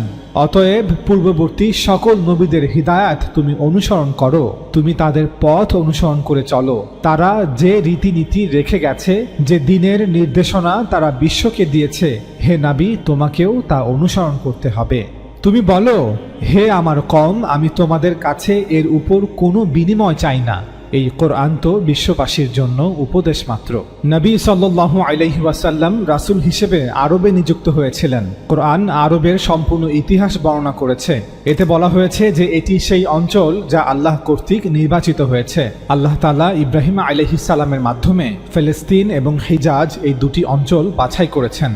আল্লাহ তাআলা নবী সাল্লাল্লাহু আলাইহি ওয়াসাল্লামের পূর্বপুরুষ ইব্রাহিম ও ইসমাইলকে বাইতুল্লাহ পুনর্নির্মাণ করতে নির্দেশ দিয়েছিলেন। ইসমাইল আলাইহিস সালাম ও তার সন্তানরা মুতাওয়াল্লি হিসেবে এই ঘরের দেখাশোনা করতেন, এটিকে শিরক মুক্ত রাখতেন এবং যারা এখানে সালাত, ইতিকাফ এবং তাওয়াফের জন্য আসতো তাদের জন্য এটিকে সর্বদা প্রস্তুত রাখতেন। আল্লাহ তাআলা বলেন, আর স্মরণ করো যখন আমি কাবাকে মানুষের জন্য মিলন কেন্দ্র ও নিরাপদ স্থান বানালাম এবং আদেশ দিলাম যে তোমরা মাকামে ইব্রাহিমকে সালাতের স্থান রূপে গ্রহণ করো, অর্থাৎ মাকামে ইব্রাহিমে দাঁড়িয়ে কাবার দিকে কিবলামুখী হয়ে সালাত আদায় করো। আর আমি ইব্রাহিম ও ইসমাইলকে দায়িত্ব দিয়েছিলাম যে তোমরা আমার গৃহকে তাওয়াফকারী, ইতিকাফকারী, রুকুকারী, সিজদাকারীদের জন্য পবিত্র করো। এভাবেই ইব্রাহিম এবং ইসমাইল আলাইহিস সালামের মাধ্যমে আল্লাহর দ্বীন আরব ভূখণ্ডে পৌঁছেছিল। পরবর্তীতে তার বংশধররাই দ্বীনে হানিফার এই রাওয়ায়েত বা ঐতিহ্য এক প্রজন্ম থেকে অন্য প্রজন্মে হস্তান্তরিত করেছে। আরবে আসার পর নবী রাসূলদের এই দ্বীনকে দ্বীনে ইব্রাহিম বলা হতো, কারণ তিনি এই দ্বীনকে আবার পুনরুজ্জীবিত করেছেন। আর রাসূল সাল্লাল্লাহু আলাইহি ওয়াসাল্লামের আগমনের পর এই দ্বীনকে দ্বীনে মুহাম্মদ বলা হয়েছে, কারণ তিনি মিল্লাতে ইব্রাহিমকে আবার পুনরুজ্জীবিত করেছেন। অবশ্যই দ্বীন ইসলাম এটি আল্লাহর দ্বীন। আল্লাহ তাআলা এই দ্বীনের মালিক। কিন্তু আল্লাহ প্রদত্ত এই দ্বীনের জন্য আমরা মুসলমানরা বিভিন্ন পরিভাষা ব্যবহার করে থাকি। এই দ্বীনকে আমরা আমাদের পূর্বপুরুষ আদম আলাইহিস সালামের দ্বীন বলে থাকি, আবার এই দ্বীনকে সকল নবী রাসূলদের দ্বীন বলে থাকি, আবার এই দ্বীনকে নির্দিষ্ট প্রেক্ষাপটে ইব্রাহিম আলাইহিস সালামের দ্বীন বলে থাকি, এবং এই দ্বীনকে আমরা আল্লাহর রাসূল সাল্লাল্লাহু আলাইহি ওয়াসাল্লামের দ্বীন বলে থাকি। নবী সাল্লাল্লাহু আলাইহি ওয়াসাল্লামের আগমনের পূর্বে এই দ্বীন সাধারণত ইব্রাহিম আলাইহিস সালামের আনা দ্বীন বা হেদায়েতের সাথে সম্পর্কিত ছিল। তাই কোরআন নিজেই এই বাস্তবতাকে বুঝাতে একটি শব্দ গ্রহণ করেছে, আর সেটি হলো মিল্লাতে ইব্রাহিম। মিল্লাত অর্থ তারিকা বা পথ, ইব্রাহিম আলাইহিস সালামের পথ। আল্লাহ তাআলা বলেন, নিশ্চয়ই ইব্রাহিম ছিল এক উম্মাহ, আল্লাহর একান্ত অনুগত, একনিষ্ঠ, আর সে মুশরিকদের অন্তর্ভুক্ত ছিল না। অর্থাৎ আরবের মুশরিকদের দাবি সম্পূর্ণ মিথ্যা। ইব্রাহিম তো ছিল আল্লাহর অনুগ্রহের জন্য কৃতজ্ঞ। আল্লাহ তাকে মনোনীত করেছিলেন এবং তাকে পরিচালিত করেছিলেন সরল পথে। আমি তাকে দুনিয়াতে কল্যাণ দান করেছিলাম, আর আখিরাতেও সে অবশ্যই সৎকর্মশীলদের অন্তর্ভুক্ত। হে মুহাম্মদ, তারপর আমি তোমার প্রতি ওহী পাঠিয়েছি, তোমাকে নবুয়ত দান করেছি, বলেছি যে তুমি মিল্লাতে ইব্রাহিমের অনুসরণ করো, এবং সে মুশরিকদের অন্তর্ভুক্ত ছিল না।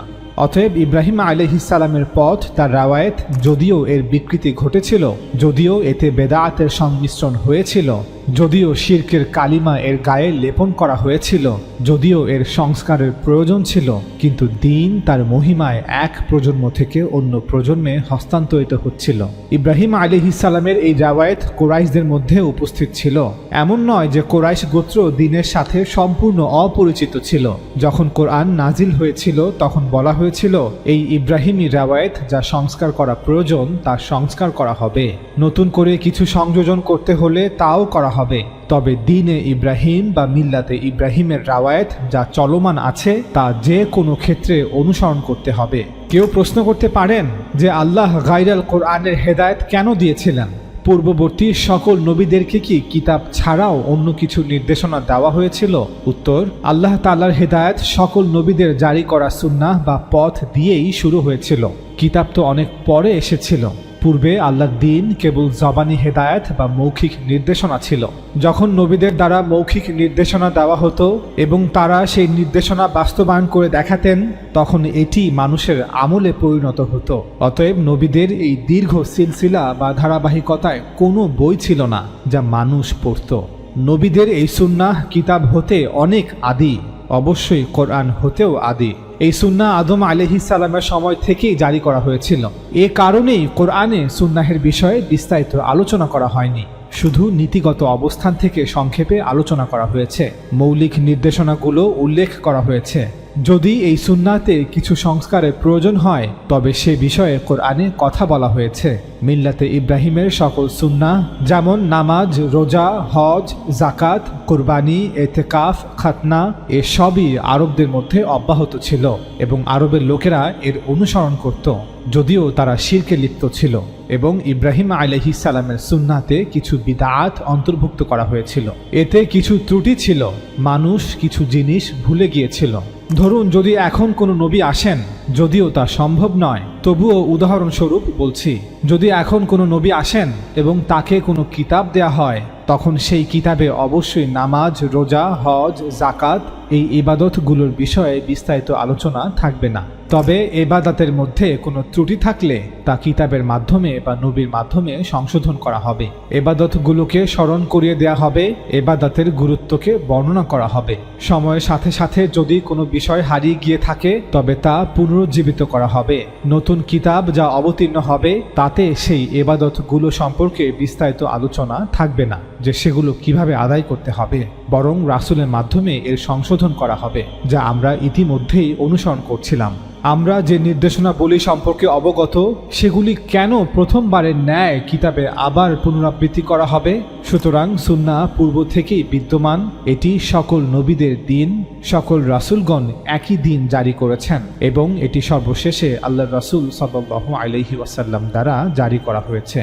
এখন কেউ হয়তো প্রশ্ন করতে পারেন যে কিন্তু আল্লাহ কোরআনে বলেছেন রাসূল সাল্লাল্লাহু আলাইহি ওয়াসাল্লাম এবং তার কওম কিছু জানতো না, যেমন এভাবে আমি তোমার প্রতি প্রেরণ করেছি রূহ আমার নির্দেশ হতে, যেভাবে ঈসার কাছে পাঠিয়েছি। তুমি তো জানতে না কিতাব কি ও ঈমান কি, অর্থাৎ তুমি তো পরিপূর্ণভাবে জানতে না যে আল্লাহর আইন কি এবং ঈমানিয়াত ও আখলাকিয়াত কি। তিনি উম্মীদের মধ্যে তাদের একজনকে পাঠিয়েছেন রাসূল রূপে, যে তাদের নিকট আবৃত্তি করে তার আয়াতসমূহ, তাদেরকে পবিত্র করে এবং এ উদ্দেশ্যে শিক্ষা দেয় কিতাব ও হিকমা। ইতিপূর্বে তো তারা ছিল ঘোর বিভ্রান্তিতে। সুতরাং আল্লাহ তাআলা কেন বলেছেন যে রাসূল সাল্লাল্লাহু আলাইহি ওয়াসাল্লাম এবং তার কওম কিছু জানতো না? এর উত্তরে আমরা বলবো, এই আয়াতগুলোতে বলা হয়েছে যেভাবে বনি ইসরায়েলের মধ্যে কিতাব ও নবী রাসূলদের রাওয়ায়াত ছিল, তেমনিভাবে রাসূল সাল্লাল্লাহু আলাইহি ওয়াসাল্লামের জাতির মধ্যে এই রাওয়ায়াত ছিল না। এজন্যই ইহুদিরা আরবদেরকে উম্মি বলতো। ইব্রাহিম আলাইহিস সালামের পর প্রায় 2500 বছর ধরে আরবের লোকেরা অথবা নবী সাল্লাল্লাহু আলাইহি ওয়াসাল্লামের জাতির লোকেরা নবী রাসূলদের মিল্লাতে ইব্রাহিমের ঐতিহ্য থেকে বিচ্ছিন্ন হয়ে পড়েছিল। ইসমাঈল আলাইহিস সালামের পর তাদের কাছে আর কোনো নবী আসেনি। সুতরাং যখন কোরআন নাজিল হয়েছিল তখন তাদের কাছে এর পূর্বে কোনো কিতাব ছিল না। কোরআনের আকারে এই কিতাব তাদেরকে প্রথমবার দেওয়া হয়েছে। বিশুদ্ধ ঈমান বা বিশ্বাস কি এবং এর বিস্তারিত কি এ সমস্ত বিষয় মানুষ অনেকাংশে ভুলে গিয়েছিল, ফলে শিরকে লিপ্ত হয়ে পড়েছিল। যদিও তারা হজ ও উমরা করত, যদিও পশু কুরবানি করত, যদিও তারা সালাত বা নামাজ আদায় করত, যেমন আল্লাহ বলেন, আর কাবার নিকট তাদের সালাত বা নামাজ শীষ ও হাততালি ছাড়া আর কিছুই ছিল না। শীষ দেয়া অর্থ হলো মুখে শব্দ করা, যেমনটা হিন্দুরা মন্দিরে উলুধ্বনি দিয়ে থাকে। জাহিলরা বাইতুল্লাহর নিকটে এ আমলই করত। কাবার ভিতরে এবং চারপাশে রাখা মূর্তির উদ্দেশ্যে উলুধ্বনি দিত। এটাকেই তারা নামাজ মনে করে আল্লাহর নৈকট্য লাভের উদ্দেশ্যে এই মূর্তিগুলোর পূজা করত। অতএব সেই মুশরিক সালাত আদায়কারীর জন্য দুর্ভোগ যারা নিজেদের সালাতে অমনোযোগী। কুরাইশরা বাইতুল্লাহর মুতাওয়াল্লি বা রক্ষক ছিল, সুতরাং তারা একটি ধর্মীয় আচার হিসেবে নামাজ আদায় করত। ইব্রাহিম এবং ইসমাঈল আলাইহিস সালামের প্রতিষ্ঠিত ঐতিহ্যের যা কিছু অবশিষ্ট ছিল তার সাথে সামঞ্জস্য রেখেই এটি আদায় করা হতো। তাই রাসূল সাল্লাল্লাহু আলাইহি ওয়াসাল্লাম এবং তার কওম জানতেন না যে কিতাব কি এবং ঈমান কি। এই কথাটি একটি বিশেষ প্রেক্ষাপটে বলা হচ্ছে, অর্থাৎ বনী ইসরাঈলদের মধ্যে যেমন জ্ঞানের ঐতিহ্য, কিতাবের ঐতিহ্য, নবী রাসূলদের ঐতিহ্য ছিল, তেমনটি তাদের মধ্যে ছিল না। আল্লামা উস্তাদ জাভেদ আহমেদ গামিদি তার বই মিজানে সুন্নাহকে সংজ্ঞায়িত করেছেন এভাবে: সুন্নাহ বলতে আমরা দ্বীনে ইব্রাহিমের সেই রাওয়ায়েত বা ঐতিহ্যকে বোঝাচ্ছি যা নবী সাল্লাল্লাহু আলাইহি ওয়াসাল্লাম কর্তৃক সংস্কার ও পুনর্জাগরণের পর এবং এতে কিছু সংযোজন করার পর দ্বীনের মর্যাদায় তার অনুসারীদের মধ্যে জারি করে দিয়েছেন। কোরআনে আপনি সাল্লাল্লাহু আলাইহি ওয়াসাল্লামকে মিল্লাতে ইব্রাহিম অনুসরণ করার নির্দেশ দেওয়া হয়েছে এবং রাসূল সাল্লাল্লাহু আলাইহি ওয়াসাল্লাম কর্তৃক জারি করা এই রাওয়ায়েত সেই মিল্লাতে ইব্রাহিমেরই অংশ। শাহ ওয়ালিউল্লাহ দেহলভী তার কিতাব হুজ্জাতুল আল বালিগাতে লিখেন, রাসূল সাল্লাল্লাহু আলাইহি ওয়াসাল্লাম যে শরিয়া এনেছেন, যদি আপনি তার বাস্তবতা বুঝতে চান এবং এর অর্থ নিয়ে চিন্তা করতে চান, তাহলে প্রথমত আপনার যে জিনিসটি বোঝা উচিত বা যা নিয়ে আপনার গবেষণা করা উচিত তা হলো আরবের উম্মিদের সেই পরিস্থিতি যেখানে নবী সাল্লাল্লাহু আলাইহি ওয়াসাল্লাম নিযুক্ত হয়েছিলেন। কারণ দ্বীনের কাঠামোর উপাদান ছিল রাসূল সাল্লাল্লাহু আলাইহি ওয়াসাল্লামের কওম। এরপর দ্বিতীয়ত আমাদের বুঝতে হবে নবী সাল্লাল্লাহু আলাইহি ওয়াসাল্লামের সংস্কারের ফলে কি পরিস্থিতি তৈরি হয়েছিল, তাহলেই আমরা পরিবর্তনগুলো সম্পর্কে ধারণা পেতে পারব। প্রথমত আমাদের মূল বিষয়টি বুঝতে হবে যে নবী সাল্লাল্লাহু আলাইহি ওয়াসাল্লাম কোনো নতুন দ্বীন নিয়ে আসেননি, বরং তিনি মিল্লাতে হানিফিয়া ইসমাইলিয়ার দাওয়াত নিয়ে এসেছেন, যাতে করে মিল্লাতে হানিফিয়া ইসমাইলিয়ার মধ্যে যে বক্রতা তৈরি হয়েছে, মিল্লাতে হানিফিয়া ইসমাইলিয়ায় যে সকল বিচ্যুতি ঘটেছে সেগুলো সংশোধন করা যায়। আর যদি লোকেরা নিজেদের তরফ থেকে মিল্লাতে হানিফিয়া ইসমাইলিয়ায় কোনো পরিবর্তন এনে থাকে তাহলে তার প্রতিকার করা যায়। আর যেই উজ্জ্বলতা মিল্লাতে হানিফিয়া ইসমাইলিয়ায় মৌজুদ আছে তা বিশ্বজুড়ে ছড়িয়ে দেয়া যায়। এরপর শাহ ওয়ালিউল্লাহ দেহলভী কোরআনের একটি আয়াত উল্লেখ করেন, হে কোরাইশের মুশরিকরা, এটা তোমাদের পিতা ইব্রাহিমের মিল্লাত, ইব্রাহিমের তরিকা, পথ। তিনি পূর্বে তোমাদের নামকরণ করেছেন মুসলিম এবং এই কিতাব কোরআনেও তোমাদের নাম মুসলিম রাখা হয়েছে, যাতে রাসূল তোমাদের জন্য সাক্ষী স্বরূপ হয় আর তোমরা আরবরা সাক্ষী হও গোটা মানব জাতির জন্য। নবী তোমাদের কাছে আমার বার্তা পৌঁছে দিয়েছেন, এবার তোমরা রোম পারস্য সহ সমগ্র দুনিয়ার সামনে তাওহীদের এই বার্তাকে ঘোষণা করবে। অর্থাৎ রাসূল সাক্ষী তার কওমের উপর এবং তার কওম পরবর্তীতে সাক্ষী হবে তৎকালীন গোটা বিশ্বের উপর, এবং পরবর্তীতে মুসলিম উম্মার প্রতিটি প্রজন্ম তাদের সময়কার গোটা বিশ্ববাসীর জন্য সাক্ষী হবে। সুতরাং তোমরা সালাত কায়েম করো, যাকাত দাও এবং আল্লাহকে ভয় করো, তিনিই তোমাদের অভিভাবক, তিনিই কত উত্তম অভিভাবক এবং কত উত্তম সাহায্যকারী। শাহ ওয়ালিউল্লাহ দেহলভী এরপর মিল্লাতে হানিফিয়া ইসমাইলিয়ায় কি কি সুন্নাহ জারি ছিল এর বর্ণনা দেন। তিনি লিখেন, মিল্লাতে হানিফিয়া ইসমাইলিয়ায় তাহারাত বা পবিত্রতার সকল উসুল ও আদাব বাকি ছিল, ফরজ গোসলের সুন্নাহ বাকি ছিল, খাতনা করা সুন্নাহ বাকি ছিল, খিসালে ফিতরা যেমন গোফ ছাটা, গুপ্তাঙ্গের লোম কাটা, এই সুন্নাহগুলো বাকি ছিল। আর এবাদতের পূর্বে অজু তো মাজুস, ইয়াহুদ এবং অন্যান্যরাও করত। এখানে মাজুস বলতে জরোআস্ট্রিয়ানদেরকে বোঝানো হচ্ছে। তাই তৎকালীন আরবের হুকামারাও অজু করে এবাদত করত। একইভাবে কোরাইশদের মধ্যে নামাজ ও রোজা জারি ছিল, এতেকাফের সুন্নাও জারি ছিল। আর জাহিলিয়াতের যুগে বাইতুল্লাহর হজ ও উমরা সম্পর্কে তো সকলেই জানে। জাহিলিয়াতের যুগে আরবরা পশুকে জবাই করে কুরবানি করত, আর উটকে তারাও নাহার করত। তারাও তাদের মৃতদেরকে দাফন করত। তাদের মধ্যেও নিকাহ, তালাক এবং ইদ্দাতের তরিকা জারি ছিল। জাহিলিয়াতের যুগেও মা, বোন, মেয়ে ও অন্যান্য কিছু সম্পর্কের নারীদের বিয়ে করা হারাম ছিল। জাহিলিয়াতের যুগেও কিসাস, দিয়াত ও কাসামার বিধান চালু ছিল। আল্লাহ তাআলা রাসূল সাল্লাল্লাহু আলাইহি ওয়াসাল্লামের মাধ্যমে দ্বীনে ইব্রাহিমের এই রাওয়ায়াতগুলোকে সংস্কার করেছেন, নতুন করে পুনরুজ্জীবিত করেছেন। কিছু সংযোজন করার থাকলে তা করে মুসলমানদের মধ্যে জারি করে দিয়েছেন। সুন্নাতের মাধ্যমে দ্বীন হিসেবে আমরা যা পেয়েছি তা নিম্নরূপ। ইবাদত হিসেবে আমরা পেয়েছি নামাজ, যাকাত ও সদকায়ে ফিতর, রোজা ও ইতিকাফ, হজ ও ওমরা, কুরবানি এবং আইয়ামে তাশরিকের তাকবীর। সামাজিক বিধিবিধান হিসেবে আমরা পেয়েছি বিবাহ ও তালাক এবং এ দুটোর সাথে সম্পৃক্ত বিষয়াদি, মাসিক ও প্রসব পরবর্তী ঋতুকালে দৈহিক মিলন থেকে বিরত থাকা, শূকর, রক্ত, মৃত পশু এবং আল্লাহ ছাড়া অন্য কারো নামে জবাই করা পশুর মাংস খাওয়ার ব্যাপারে নিষেধাজ্ঞা, নিজেদের এবং পশুর মধ্যকার অপবিত্রতা দূরীকরণের জন্য আল্লাহর নাম নিয়ে পশু জবাই করা। সামাজিক রীতিনীতি ও শিষ্টাচার সম্পর্কিত সুন্নাহগুলো হলো আল্লাহর নাম নিয়ে পানাহার শুরু করা এবং তা ডান হাত দিয়ে সম্পন্ন করা, সাক্ষাতের সময় আসসালামু আলাইকুম বলা ও তার জবাব দেয়া, হাঁচি দেওয়ার পর আলহামদু বলা এবং তার জবাবে বলা ইয়ারহামুকাল্লাহ, গোফ বা মোচ ছোট রাখা, নাভির নিচের পশম কাটা, বগলের পশম পরিষ্কার করা, বড় হওয়া নখ কেটে ফেলা, পুরুষদের খাতনা করা, নাক, মুখ এবং দাঁতের পরিচ্ছন্নতা, ইস্তিনজা অর্থাৎ প্রসাব পায়খানার পর পরিচ্ছন্নতা অর্জন করা, মাসিক ও প্রসব পরবর্তী ঋতুর পর গোসল করা, জানাবাতের গোসল অর্থাৎ বীর্যপাত ও যৌন মিলনের পর গোসল করা, মৃত ব্যক্তিকে গোসল দেয়া, মৃত ব্যক্তির দাফন কাফনের বন্দোবস্ত করা, ঈদ উল ফিতর এবং ঈদ উল আজহা। এগুলোই সুন্নাত এবং এগুলোর ব্যাপারে শতভাগ নিশ্চয়তা দিয়ে বলা যায় যে প্রামাণিকতার দিক দিয়ে কোরআন মাজিদ এবং সুন্নাতের মধ্যে কোনো পার্থক্য নেই। কোরআন মাজিদ আমরা যেভাবে সাহাবীগণের ইজমা ও মৌখিক তাওয়াতুরের মাধ্যমে পেয়েছি, ঠিক তেমনি সুন্নাতও আমরা ইজমা এবং ব্যবহারিক তাওয়াতুরের মাধ্যমে পেয়েছি। কোরআন মাজিদের ন্যায় সুন্নাতও প্রতিটি যুগের মুসলমানদের ইজমা দ্বারা প্রতিষ্ঠিত। তাই সুন্নাতের ব্যাপারে তর্ক বিতর্ক ও বাদানুবাদের কোনো সুযোগ নেই। এ তো গেল বনি ইসমাইলের ইতিহাস। চলুন এবার ইব্রাহিম আলাইহিস সালামের আরেক শাখা বানি ইসহাক বা বানি ইসরায়েলের ইতিহাস জেনে আসি বানি ইসরায়েল দ্বীনে ইব্রাহিমের এই রাওয়ায়াতগুলোকে কিভাবে অনুসরণ করেছে। ইব্রাহিম আলাইহিস সালামের পর তার পুত্র ইসহাক আলাইহিস সালামকে ফিলিস্তিন অঞ্চলের নবী করা হয়, আর তার বড় ভাই ইসমাইল আলাইহিস সালামকে মক্কাতে নবী করা হয়। ইসহাক আলাইহিস সালামের মৃত্যুর পর তার পুত্র ইয়াকুব বা ইসরাইল আলাইহিস সালামকে নবী করা হয়। ইসরাইল আলাইহিস সালাম জীবিত থাকাকালীন ইউসুফ আলাইহিস সালামকে মিশরের নবুয়ত দান করা হয়। সে সময় মিশরের রাজা ছিলেন আখনাটেন, যিনি ইউসুফ আলাইহিস সালামের দাওয়াত গ্রহণ করে মিশরীয় বহু ঈশ্বরবাদ ত্যাগ করেন এবং এক ঈশ্বরবাদ ধর্মে ধর্মান্তরিত হন। রাজা আখনাটেনের শাসনামলেই বানি ইসরাইল হিজরত করে মিশর চলে আসে। পরবর্তীতে ইউসুফ আলাইহিস সালামের মৃত্যুর প্রায় 100 বছর পর মুসা আলাইহিস সালামকে নবুয়ত দান করা হয়।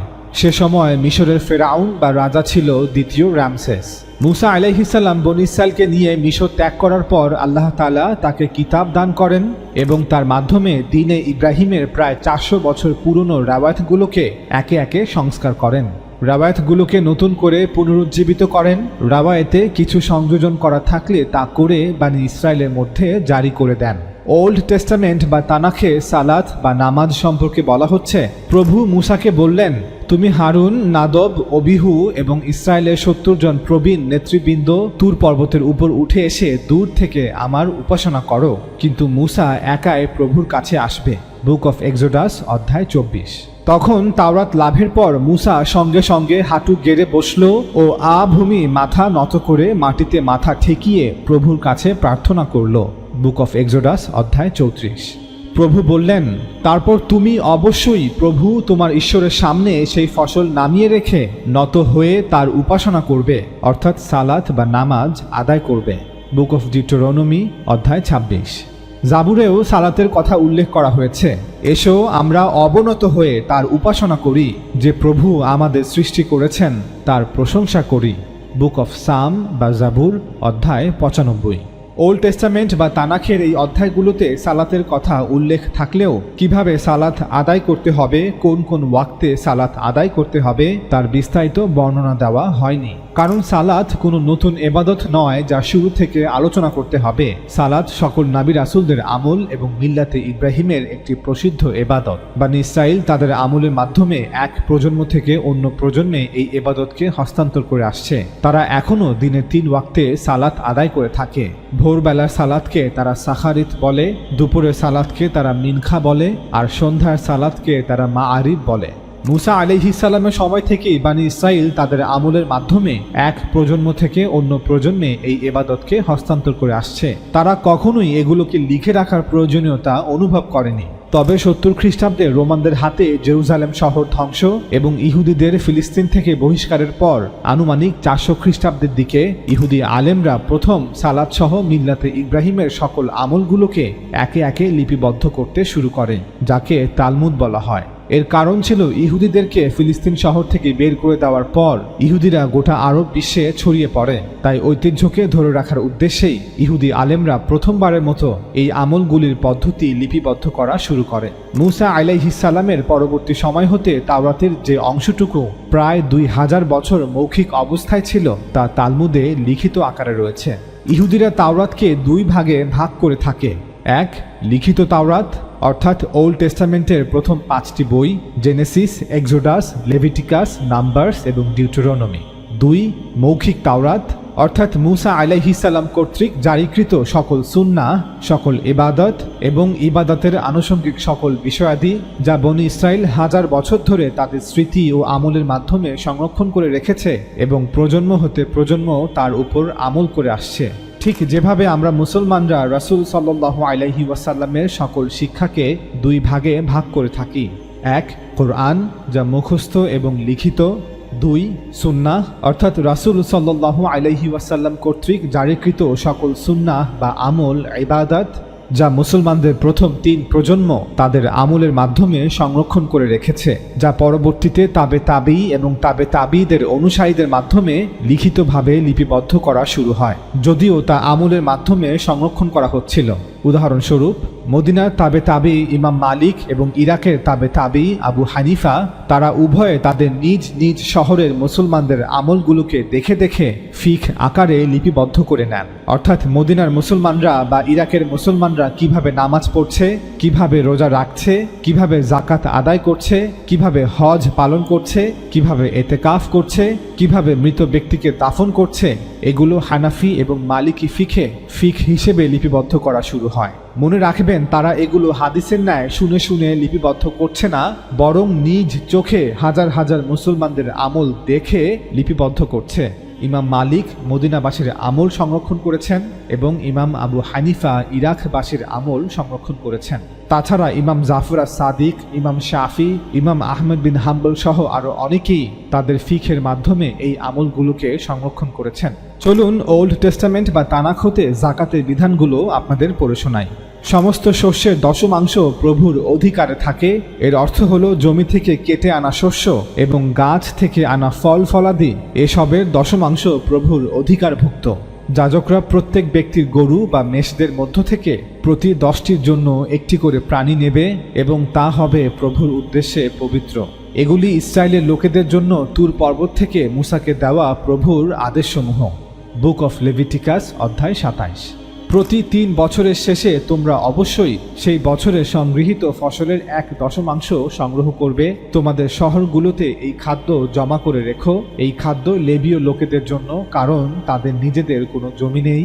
এই খাদ্য তোমাদের শহরে যাদের খাদ্যের প্রয়োজন তাদেরও জন্য। সেই খাদ্য বিদেশীদের, বিধবাদের এবং অনাথদের জন্য।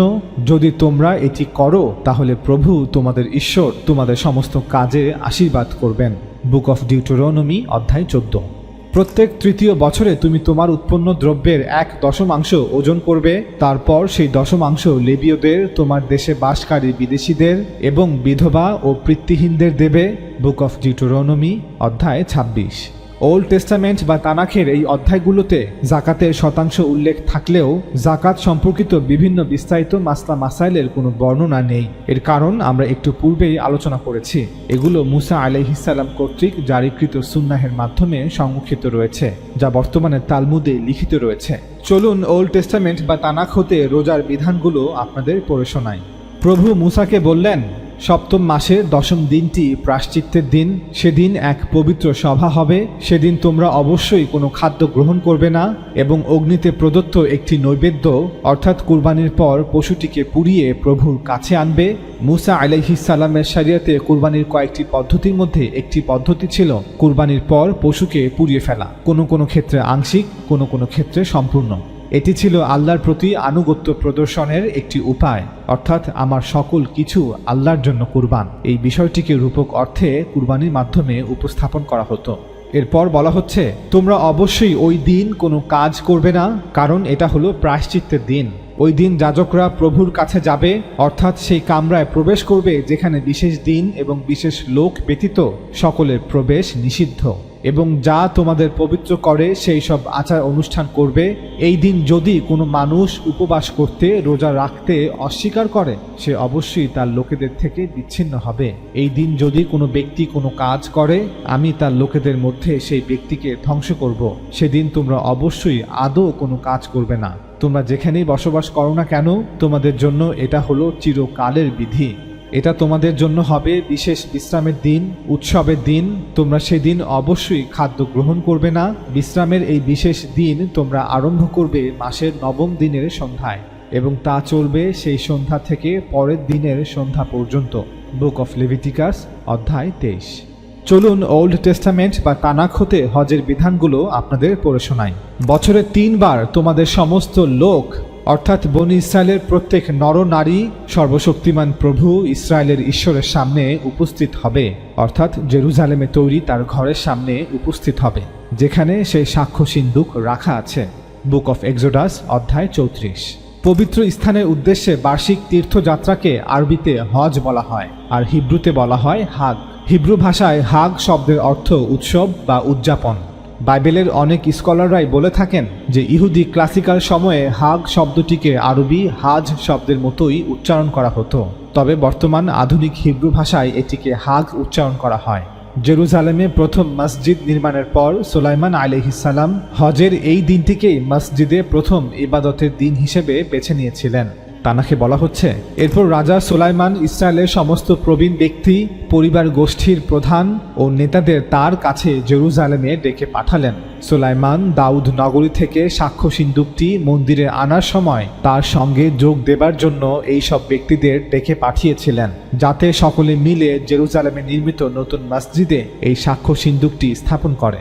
অতঃপর এথানিম মাসে, অর্থাৎ 7ম মাসের ফসল সঞ্চয়ের উৎসবের সময় ইসরায়েলের সমস্ত বাসিন্দা এসে রাজা সুলাইমানের সঙ্গে যোগদান করল।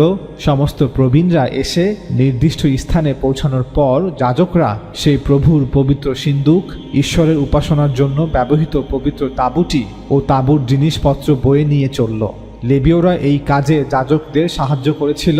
রাজা সলোমন ও ইসরায়েলের সমস্ত বাসিন্দারা সেই পবিত্র সিন্দুকের সামনে একত্রিত হবার পর অগণিত পশু বলি দেওয়া হলো। তারপর যাজকরা প্রভুর সেই পবিত্র সিন্দুকটিকে মন্দিরের পবিত্রতম স্থানে, যেখানে সিন্দুক রাখার জায়গা, সেখানে স্থাপন করলো। সিন্দুকটিকে ফেরেশতাদের মূর্তির ডানার তলায় এমনভাবে রাখা হলো যাতে ফেরেশতাদের ছড়ানো ডানা সেই সিন্দুকটা ও সিন্দুকটার বহনদণ্ডের উপর মেলা থাকে। তারপর সুলাইমান এক সুদীর্ঘ মন্ত্র উচ্চারণে প্রভুর প্রার্থনা করলেন। তিনি বললেন, ধন্য প্রভু ইসরায়েলের ঈশ্বর মহামহিম, আমার পিতা দাউদকে তিনি যেসব প্রতিশ্রুতি দিয়েছিলেন তার সবই তিনি পালন করেছেন। প্রভু আমার পিতাকে বলেছিলেন, আমি আমার সমস্ত লোকেদের ইসরায়েলীয়দের মিশর থেকে নিয়ে এসেছি, কিন্তু এখন পর্যন্ত আমি মসজিদ নির্মাণের জন্য ইসরায়েলের কোনো নগর বেছে নেইনি, আর আমার লোকেদের ইসরায়েলীয়দের পরিচালনার জন্য কোনো ব্যক্তিকে মনোনীত করিনি। এবার আমি আমার উপাসনার জন্য জেরুজালেম শহরকে বেছে নিলাম, আর দাউদকে বেছে নিলাম আমার লোকেদের ইসরায়েলীয়দের শাসন করার জন্য।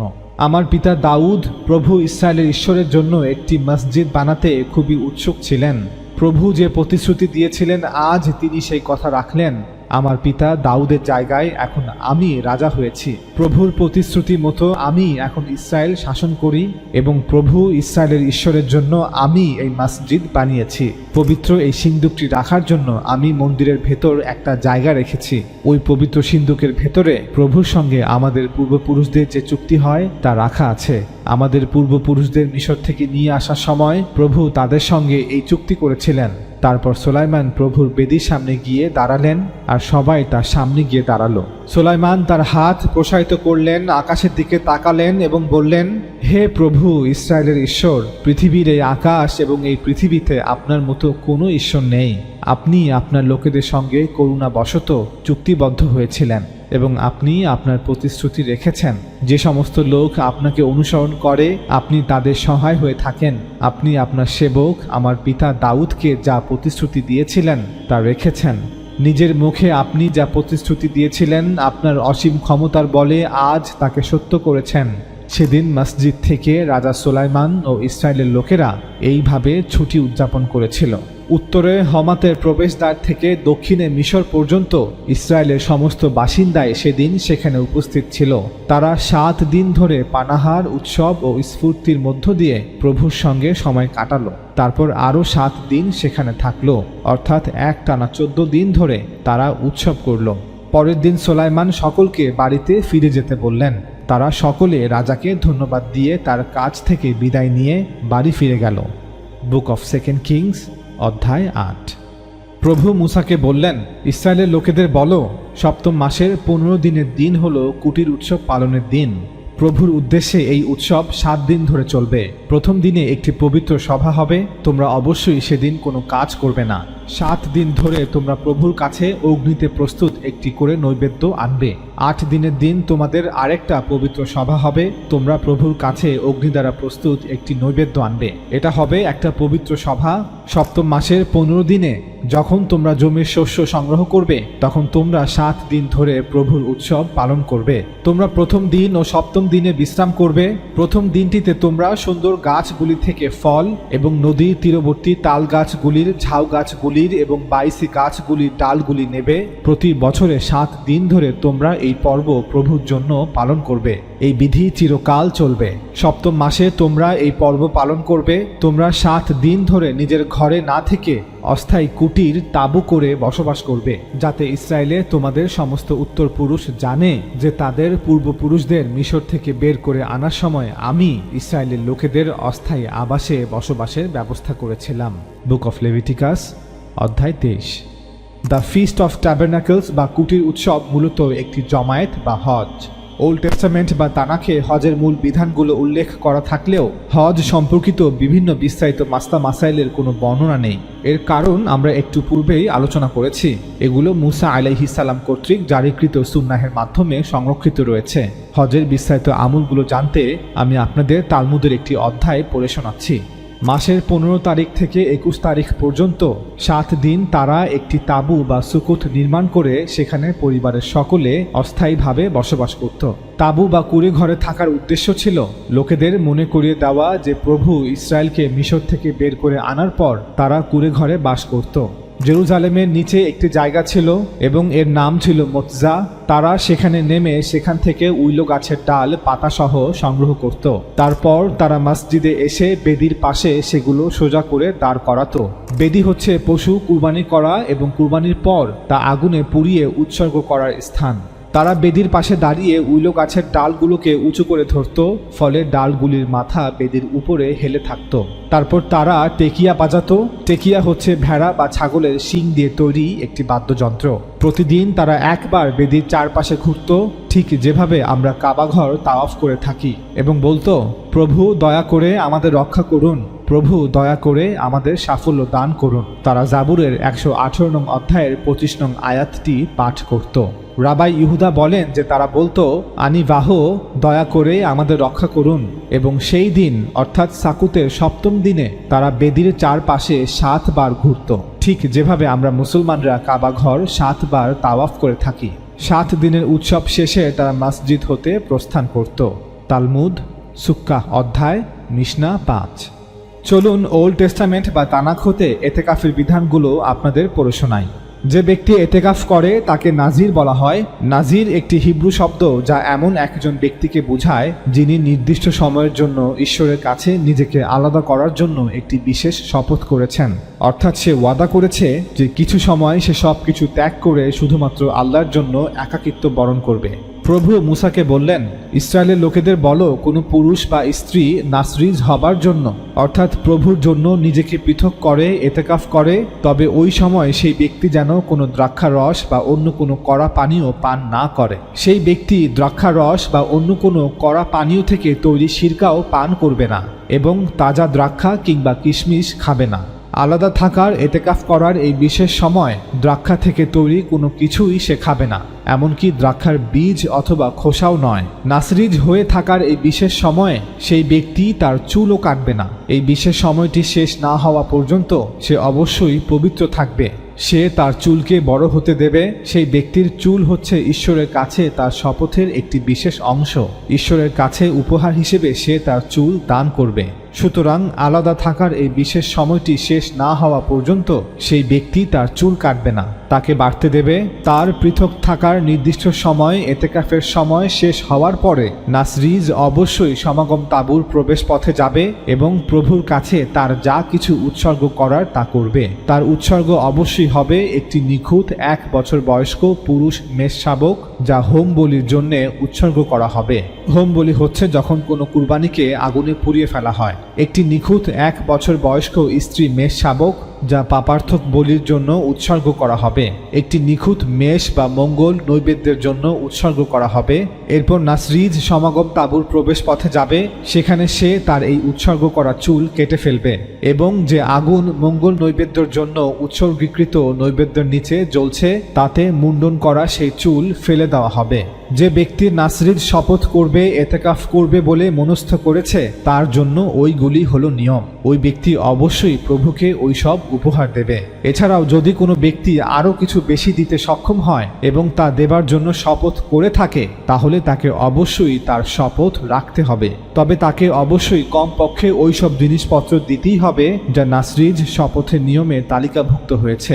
প্রভু মুসাকে বললেন, হারুন এবং তার পুত্রদের বলে দাও যে এভাবেই তারা ইসরায়েলের লোকেদের আশীর্বাদ করবে। তারা বলবে, প্রভু তোমাদের আশীর্বাদ করুন এবং রক্ষা করুন। প্রভু তোমাদের প্রতি সদয় হন এবং তোমাদের করুণা প্রদর্শন করুন। প্রভু তোমাদের প্রার্থনার উত্তর দিন এবং তোমাদের শান্তি দিন। এরপর প্রভু বললেন, ইসরায়েলের লোকেদের আশীর্বাদ করার জন্য হারুন এবং তার পুত্ররা আমার নাম ব্যবহার করবে এবং আমি তাদের আশীর্বাদ করব। বুক অফ নাম্বারস অধ্যায় 6। আমরা এই অধ্যায় হতে এটাও জানতে পারলাম যে মাথা মুন্ডন করা মূলত আল্লাহর দরবারে আত্মসমর্পণ এবং নিজেকে উৎসর্গ করার একটি প্রতীকী আমল। আমরা মুসলিমরা হজের সময় এজন্যই মাথা মুন্ডন করে থাকি যে হে আল্লাহ, যে পশু আমি কুরবানি করলাম আমিও তার মতোই নিজেকে কুরবান করতে, নিজেকে উৎসর্গ করতে তৈরি আছি। আমরা এই দীর্ঘ আলোচনা হতে প্রমাণ করার চেষ্টা করলাম যে মিল্লাতে ইব্রাহিমের 2টি শাখা অর্থাৎ বানি ইসমাইল এবং বানি ইসরাইলের সকল আমলগুলো মৌলিকভাবে একই রকম ছিল এবং বর্তমানেও একই রকম আছে। আমরা আমাদের আলোচনায় এটাও প্রমাণ করেছি যে মিল্লাতে ইব্রাহিম মূলত আদম আলাইহিসসালামের সময় হতে চলে আসা একটি রাওয়ায়াত বা আদম আলাইহিসসালামের সময় হতে জারিকৃত সুন্নাহ, যা আদম আলাইহিসসালাম পরবর্তী সকল নবী রাসূলরা অনুসরণ করেছেন। এজন্য পৃথিবীর সকল ধর্ম, এমনকি পৌত্তলিক ধর্মগুলোতেও আপনি সালাতের নামাজের আমল খুঁজে পাবেন। হিন্দু ধর্মের অনুসারীরা মূর্তি পূজা করলেও, শিরক করলেও এবাদতের সময় তারা ঠিকই দণ্ডায়মান হয়, রুকু করে এবং সেজদা করে, যদিও তারা এই আমলগুলো আল্লাহর জন্য নয় বরং মিথ্যা মূর্তির উদ্দেশ্যে করে থাকে। তারাও তাদের মন্দিরগুলোকে তাওয়াফ করে যেভাবে আমরা মুসলমানরা কাবা ঘরকে তাওয়াফ করে থাকি। তারাও রোজা রাখে অর্থাৎ উপবাসের আমল করে। তারাও জাকাত দেয় অর্থাৎ সম্পদ হতে দান করে। তারাও এতেকাফ করে অর্থাৎ ঈশ্বরের নৈকট্য অর্জনের জন্য নিজেকে সকল মানুষ হতে পৃথক করে কিছুদিন একাকী থাকার আমল করে। যদিও হিন্দু ধর্ম, বৌদ্ধ ধর্ম এবং জৈন ধর্ম সহ আরও কিছু ধর্মের সাধু, সন্ন্যাসী এবং তপস্বীরা ইতিকাফের এই রীতি বা আমলটিকে বিকৃত করে চরমপন্থা অবলম্বন করেছে, যেখানে তারা নিজেদেরকে স্থায়ীভাবে জগতের সকল কর্মকাণ্ড হতে গুটিয়ে নিয়েছে। হিন্দু পুরোহিত হিন্দু সন্ন্যাসীদের ন্যায় সাধারণ হিন্দুরাও তাদের মাথা মুন্ডন করে থাকে, ঠিক যেভাবে আমরা মুসলমানরা মাথা মুন্ডন করে থাকি। হিন্দু ধর্মে মাথা মুন্ডন একটি গুরুত্বপূর্ণ আচার বা শুদ্ধিকরণ, অহংকার ত্যাগ এবং ঈশ্বরের কাছে নিজেকে আত্মসমর্পণের প্রতীক। হিন্দু ধর্মসহ আরও কিছু ধর্মে মাথা মুন্ডন করা দ্বারা বস্তু জগতের প্রতি আসক্তির প্রতীকী ঝরে পড়া বোঝানো হয় এবং এটি আধ্যাত্মিক অনুশীলনের প্রতি অঙ্গীকারকে প্রতিনিধিত্ব করে। সকল ধর্মের মধ্যে এই মিলগুলো কোনো কাকতালীয় বিষয় নয়, বরং এটা এজন্য যে আদম আলাইহিসসালাম নূহ আলাইহিসসালামের সময় থেকে জারি হওয়া রওয়ায়েতগুলো এখনও চলে আসছে। মানুষ সেই রওয়ায়েতগুলোকে এখনও টিকিয়ে রেখেছে, এবাদতের সেই রুসুমগুলোকে এখনও বাঁচিয়ে রেখেছে। যদিও আদম সন্তানদের অধিকাংশই ধর্মের বিশ্বাসের মধ্যে বিকৃতি ঘটিয়েছে, শিরকে লিপ্ত হয়েছে, বিশুদ্ধ তাওহীদকে বিকৃত করে শিরকে লিপ্ত হয়েছে। যেই এবাদত ও আমলগুলো শুধুমাত্র আল্লাহর জন্য ছিল, তা এখন অন্য দেবতা দেবদেবীর জন্য করা হচ্ছে। যেই দেবদেবী দেবতা মহাদেব শুধুই কিছু নাম, কিন্তু লক্ষণীয় বিষয় হলো আদম আলাইহিসসালামের সময়ে জারি হওয়া সেই পুরনো রাওয়ায়েত এখনও বেঁচে আছে এবং এই রাওয়ায়েত কিয়ামত পর্যন্ত এভাবেই জীবিত থাকবে, কারণ বিশ্বাস নষ্ট হলেও রাওয়ায়েত টিকে থাকে। লক্ষ্য করলে দেখবেন মুসলমানদের অনেকগুলো ফিরকা তাদের ঈমান আকিদা বিশ্বাসে বিকৃতি ঘটালেও তারা ঠিকই রাওয়ায়েতকে টিকিয়ে রেখেছে।